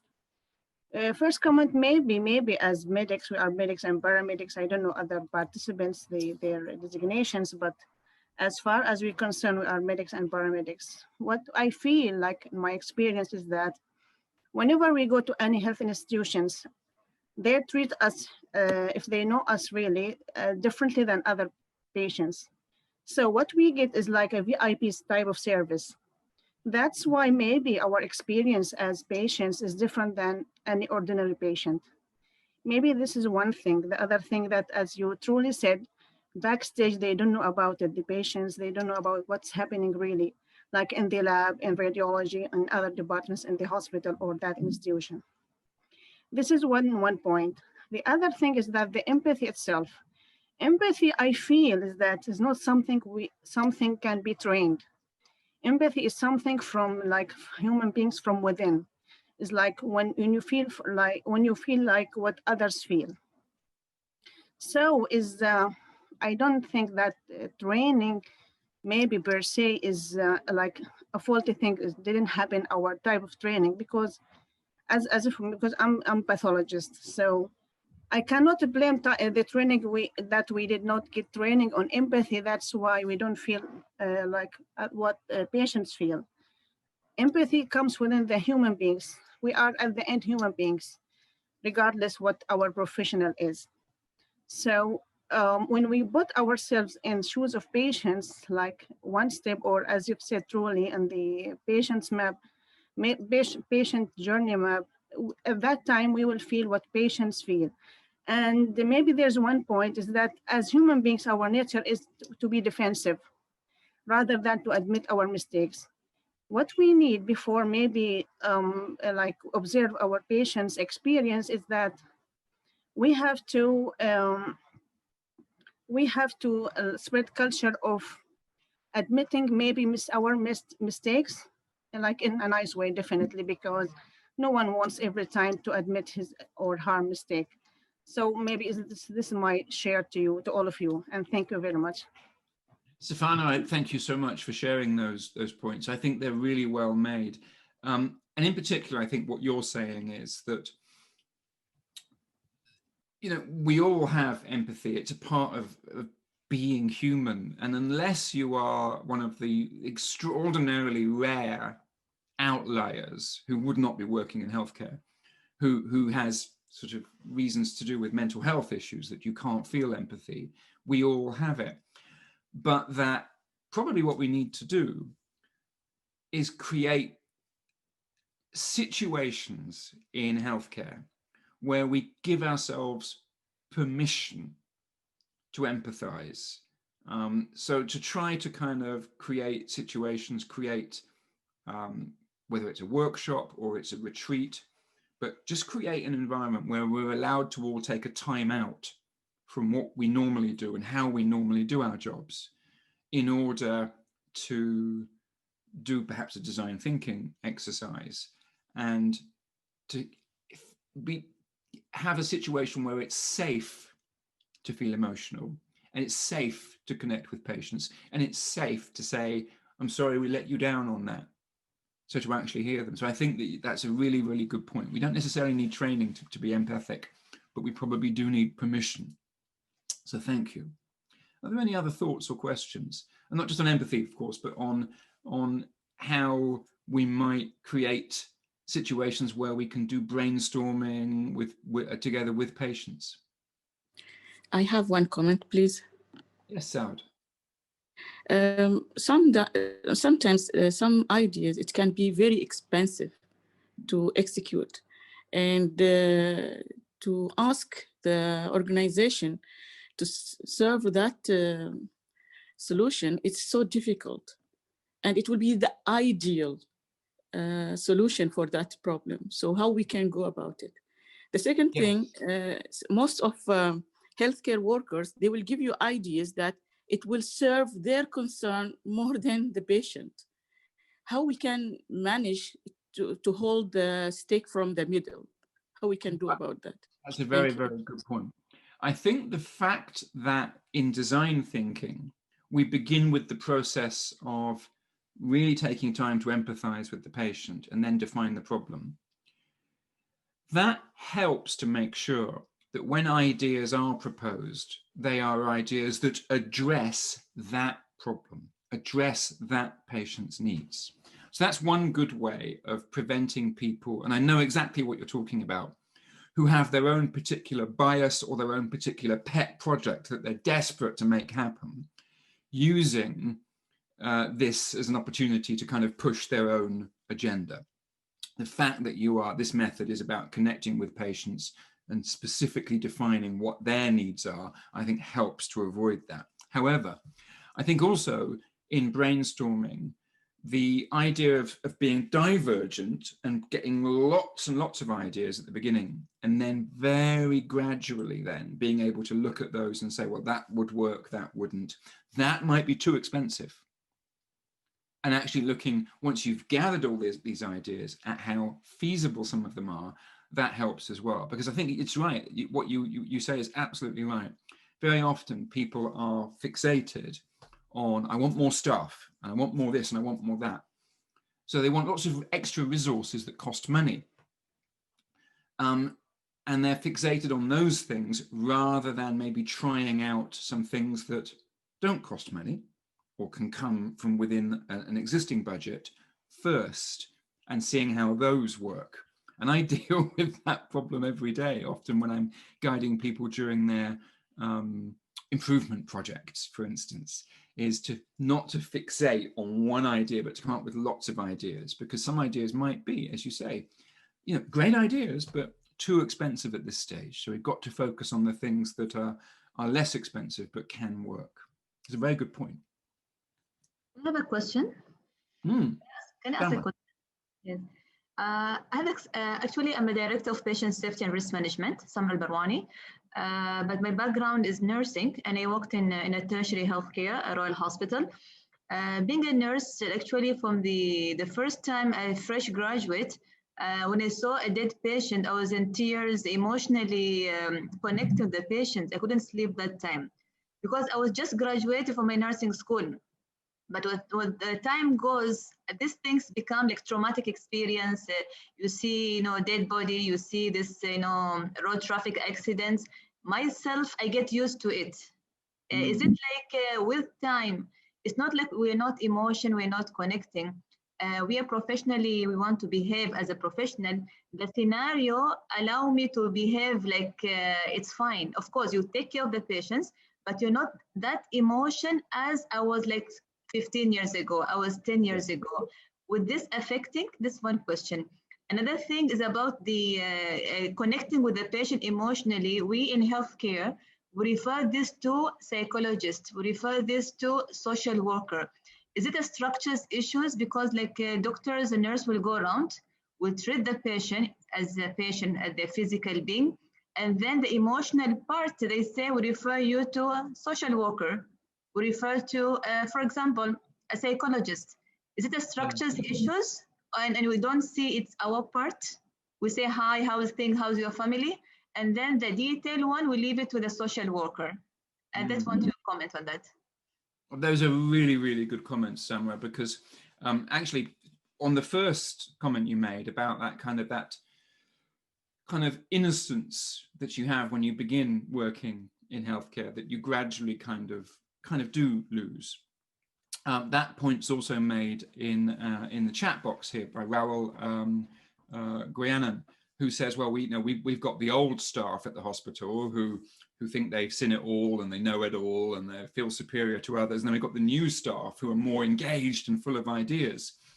And that's why I think that in this ideate stage is really important, because brainstorming works well, ideation works well, if you can create just a temporary different environment. Take your team away, even from the hospital if possible, but if you're in the hospital, go to a meeting room, give people protected time, try and create a different atmosphere, a safe environment in which people can come up with ideas.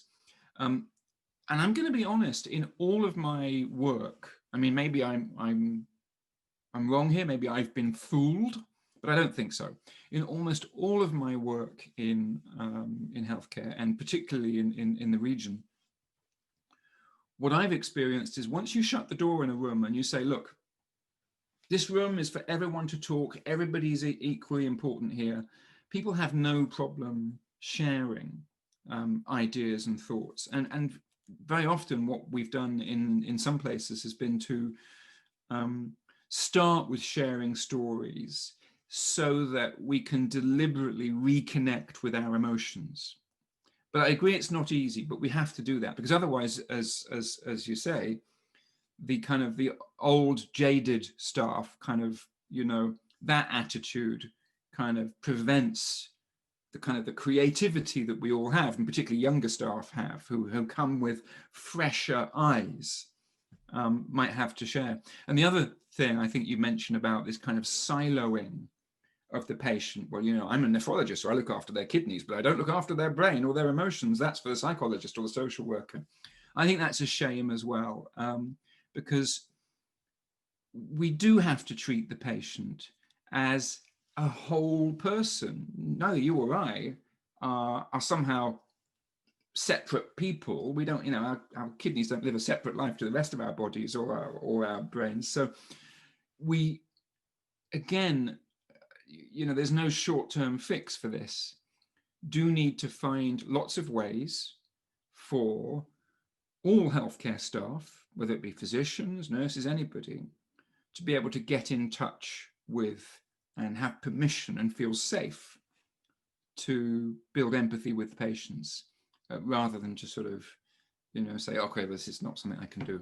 But I absolutely feel that this is one of the biggest challenges that we have in shaping the culture of our healthcare organizations, is having permission to do this.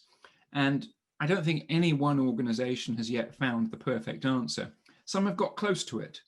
And for instance, Cleveland Clinic, by having empathy as one of their 6 organizational values listed alongside their mission and their vision, has taken a journey. Some have gone some of the way towards achieving that. But it's a deeply cultural issue as well. Okay.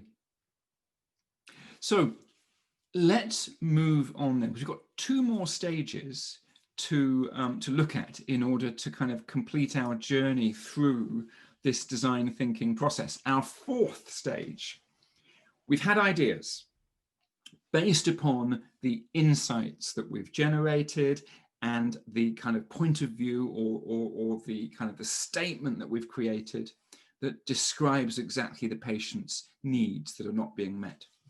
So the next step is to create what we call a prototype.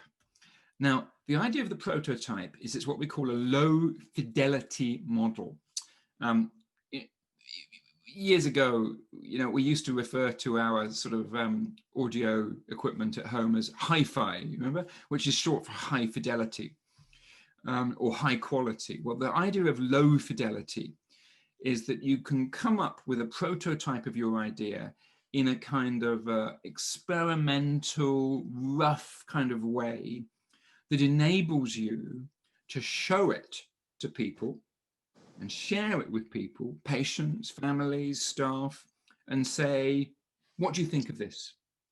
The idea with prototyping that they use in design thinking is that you should prototype as if you know you're right, but test as if you know you're wrong. So in other words, you should make prototypes that you're confident in, but you need to also be very careful about when you come to test a prototype of doing it on a small scale. So what could be some ideas for prototyping?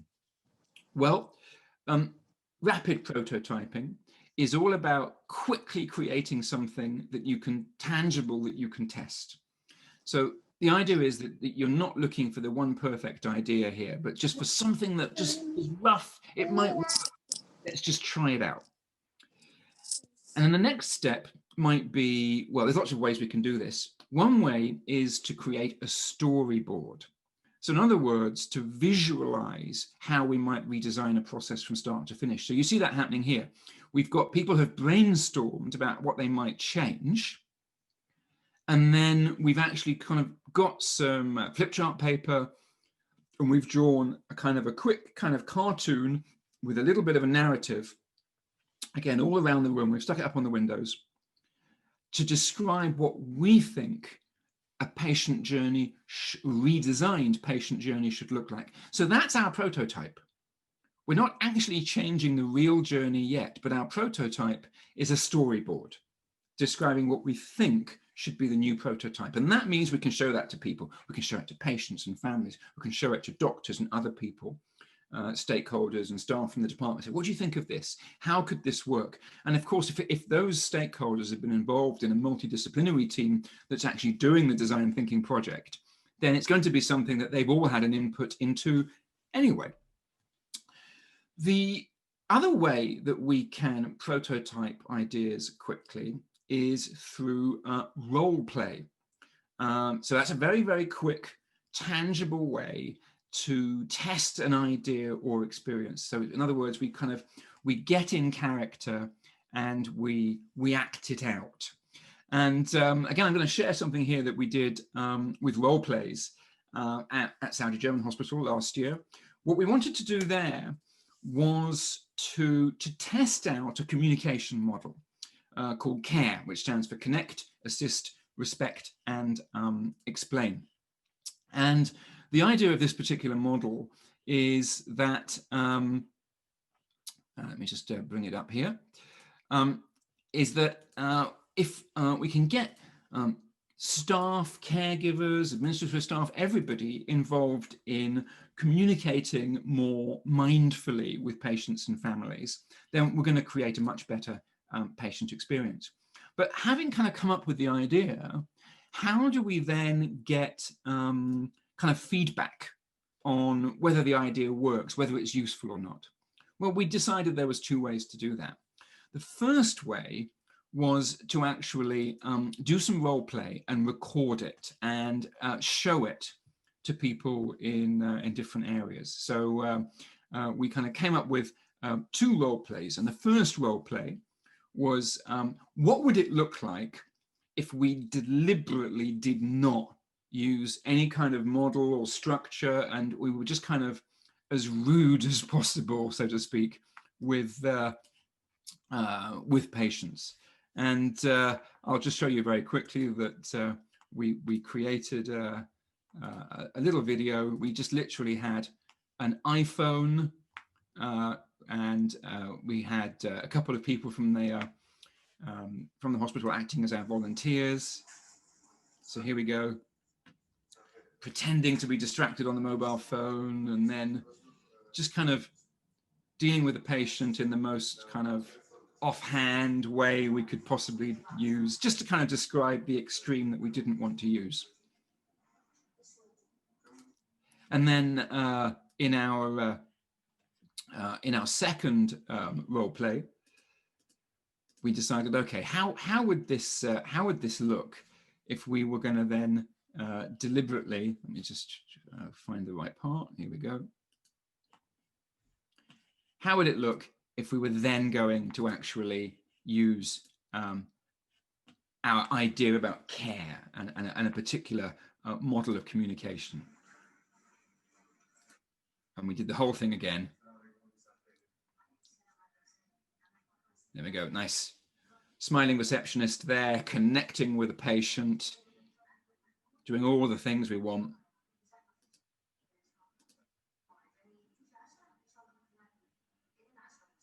Giving all the information the patient wants and using the particular communication model that we were that we really wanted people to be adapting. And so, and then having done that role play and shared that role play with people in videos, what we then did is we tested out the model. We kind of prototyped it rapidly by getting lots of different staff from lots of different departments and lots of different situations to come up with their own role plays and to try it out in the situations that they typically faced every day, whether they were in the outpatient department or in the reception desk or inpatient emergency, wherever it might be that they worked, and to see how it worked for them. So role-playing can be a very powerful way to try out a new prototype, to act out how it might work.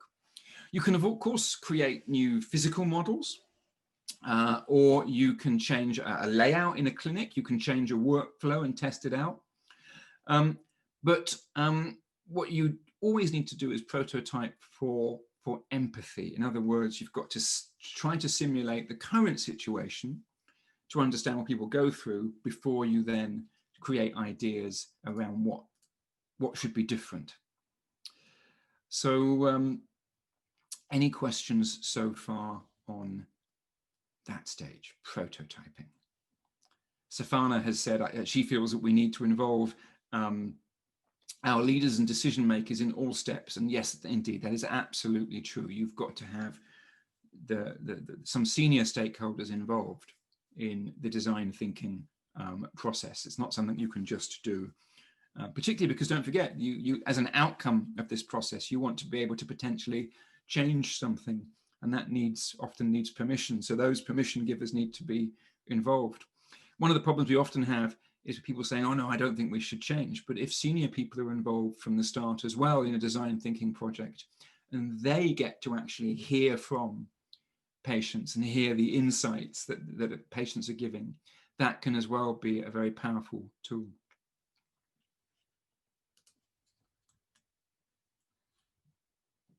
So any thoughts or questions about prototyping? Yes, Mr. Benedict, can I ask a question, please? Go ahead, yes. Yeah, can we involve patients in such like role-playing models where they'll explain what what we say, the healthy environment or the comfortable circumstances that they feel they want to have it in the institution? Absolutely, yes. I mean, I think the absolute ideal is involving patients and families at every single stage of the design thinking process, making it truly a, should we say, co-design process. And there is no reason why patients cannot, or members of the patient and family advisory committee, for instance, or others, cannot be involved throughout this process, including the ideate and the prototyping stage, to actually be able to give their thoughts and input, and also in the test stage, which I'm going to talk about finally in just a moment. So absolutely, not only can you, but on many occasions, you really should, because often substituting the patient for your own thoughts about would the patient like this or would the patient like that might mean that you might come up with prototypes that you think really work well, but actually patients are not entirely happy with.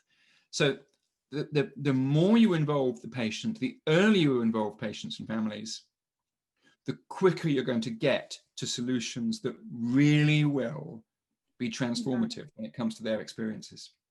Exactly, yeah, thank you. And the other thing is that now we talk about patient experience. What we want to talk about the other way around is the staff experience. Can we do the same like steps of transforming the staff experience as well?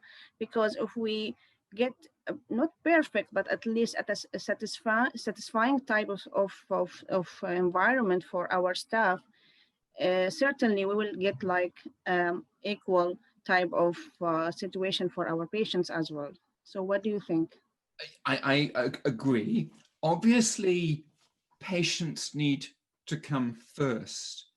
But if, as one of the kind of aims of your project, you're also looking for the solutions that both help the service to better meet patients' expectations while also being more satisfying for staff, then you're going to be in a win-win situation. Now, in my experience, generally, all solutions that help to provide a better experience for patients tend to also make staff far more satisfied as well, because they feel they're doing a better job. Nobody comes into healthcare wanting to be dissatisfied by their interactions with patients. Everybody wants to feel that they're able to deliver great care. Everyone wants to feel that patients are genuinely grateful for, happy with the care that they're receiving. But also, this process, particularly the ideate and the prototyping stage, is an opportunity to make sure that ideas that you're proposing to take forward are practical and safe and are efficient and don't create huge amounts of extra stress or extra work for staff. So that's another good reason to do this prototyping, is that rather than turning around to staff and saying, well, we're going to do things differently, and I don't care whether you like that or not, this is what's going to happen now, we can actually involve staff and make sure that the solution we get to works for them and maybe, improves their satisfaction.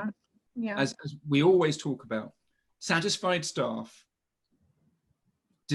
create satisfied patients. Yeah, there's a huge amount of evidence on this, and it's true in all service industries, which is very true in hospitals. Yeah. Thank you. Ahmed Abdelkawi has just said in chat, we practice this in our hospital for designing the IVF center based on our PFAC recommendations. That's great. That's absolutely fantastic that you've pulled in patient experiences to make sure it works well for them. Any other thoughts or questions? Yeah, beside the definition of prototype, how you can sum up this step? This step's about playing, experimenting in a really rough and ready way. You don't have to go and actually make the change, actually change the process in a clinic or actually build something differently. But you just have to create ways of pretending or playing to see what it's like and to get instant feedback. So it's play. Prototype is play. Okay.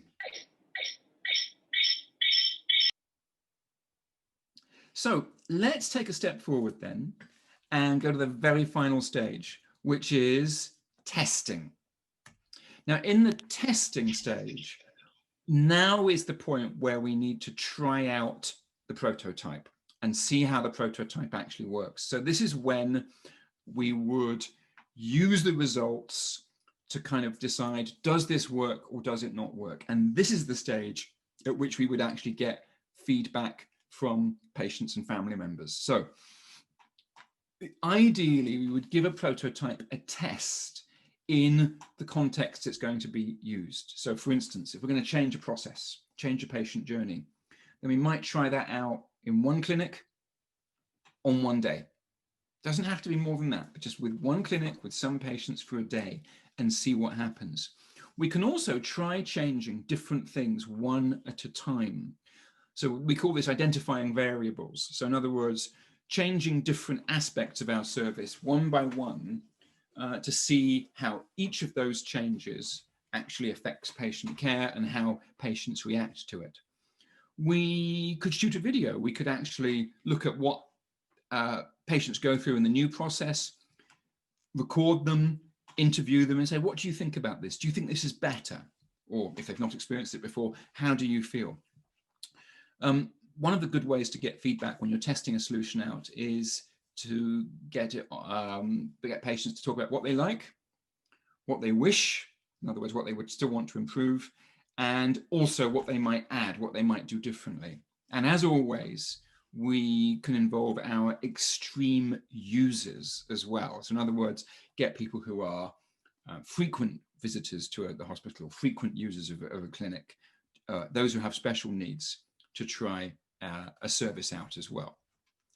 So in the very final stage, we take something from being a poster on a wall or a workflow diagram to trying it out in a small and temporary way but with real users to see how they feel.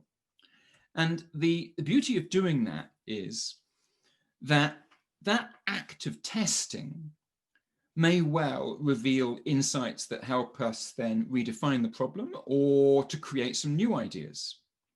So, as we said at the beginning, the whole design thinking process from empathize, define, ideate, prototype, and test is not necessarily always designed to be something you follow step by step, but also involves times when you can kind of track backwards and move around in order to, for instance, you gain an insight, you see something works, so you go back and you try new ideas. So that is our design thinking process. I believe that it could be a really, really powerful and useful and practical tool for patient experience specialists and teams, or for just ordinary multidisciplinary staff within any unit or department to gain insights from patients and use those insights, use that empathy that you build with patients to come up with new ideas to test out in a small way and improve the service. And it doesn't have to be, like so much in healthcare improvement, something that's done and coordinated centrally that you have to get permission to do, but something that teams could do on a unit by unit or department by department basis in order to bring about improvements. Design thinking in this way complements other quality improvement methods and techniques. It's another way of testing out small ideas that could make a big difference to your users. So, any final thoughts or questions before we finish our masterclass?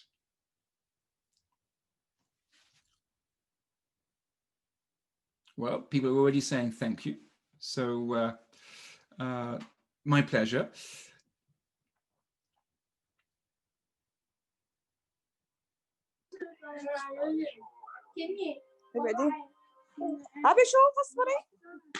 Oh, now, is someone asking a question or just accidentally switched their microphone on?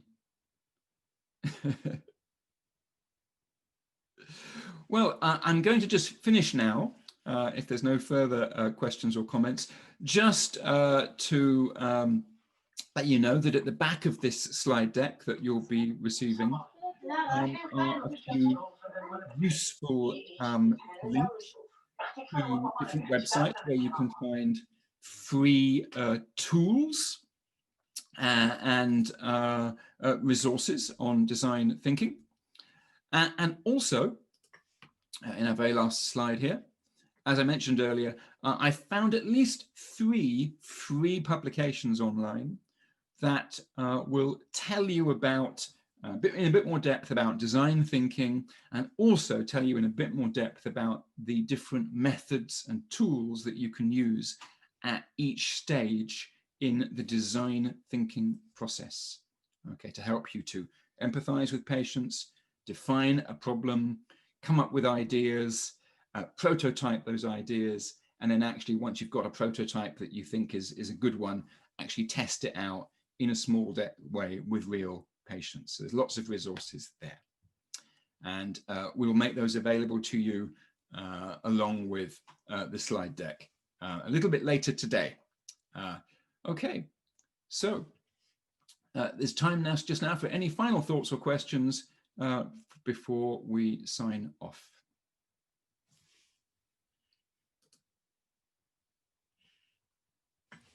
Okay, Zainab, back to you. Yes, thank you very much, Mr. Benedict, for an amazing session. It was highly interactive and engaging, and I hope it was the delegates who attended the session found it worthwhile their time and their efforts for joining us this morning. We'll be back again with our next masterclass back at 2 o'clock Saudi Arabia time, which is approximately another 45 minutes to go from now. Oh, sorry, another 1 hour and 45 minutes. Sorry, I'm jet lagged. Thank you very much for all your time. And We will be, as Mr. Benedict said, that he will be sharing his presentation with all who have attended the session. And we'd be open to listening and receiving any of the feedback that you've got, rating your experience of attending the masterclass this morning. Thank you very much, everybody, for joining us today. It was great to have you. Thank you very much, everybody. Lovely to see you all. Stay safe, and I'm sure I may see many of you a little later today for our second masterclass, and also I'll be looking forward to hearing from you and seeing you over the coming days during what's going to be a very interesting and exciting event. Take care. Bye for now. Take care.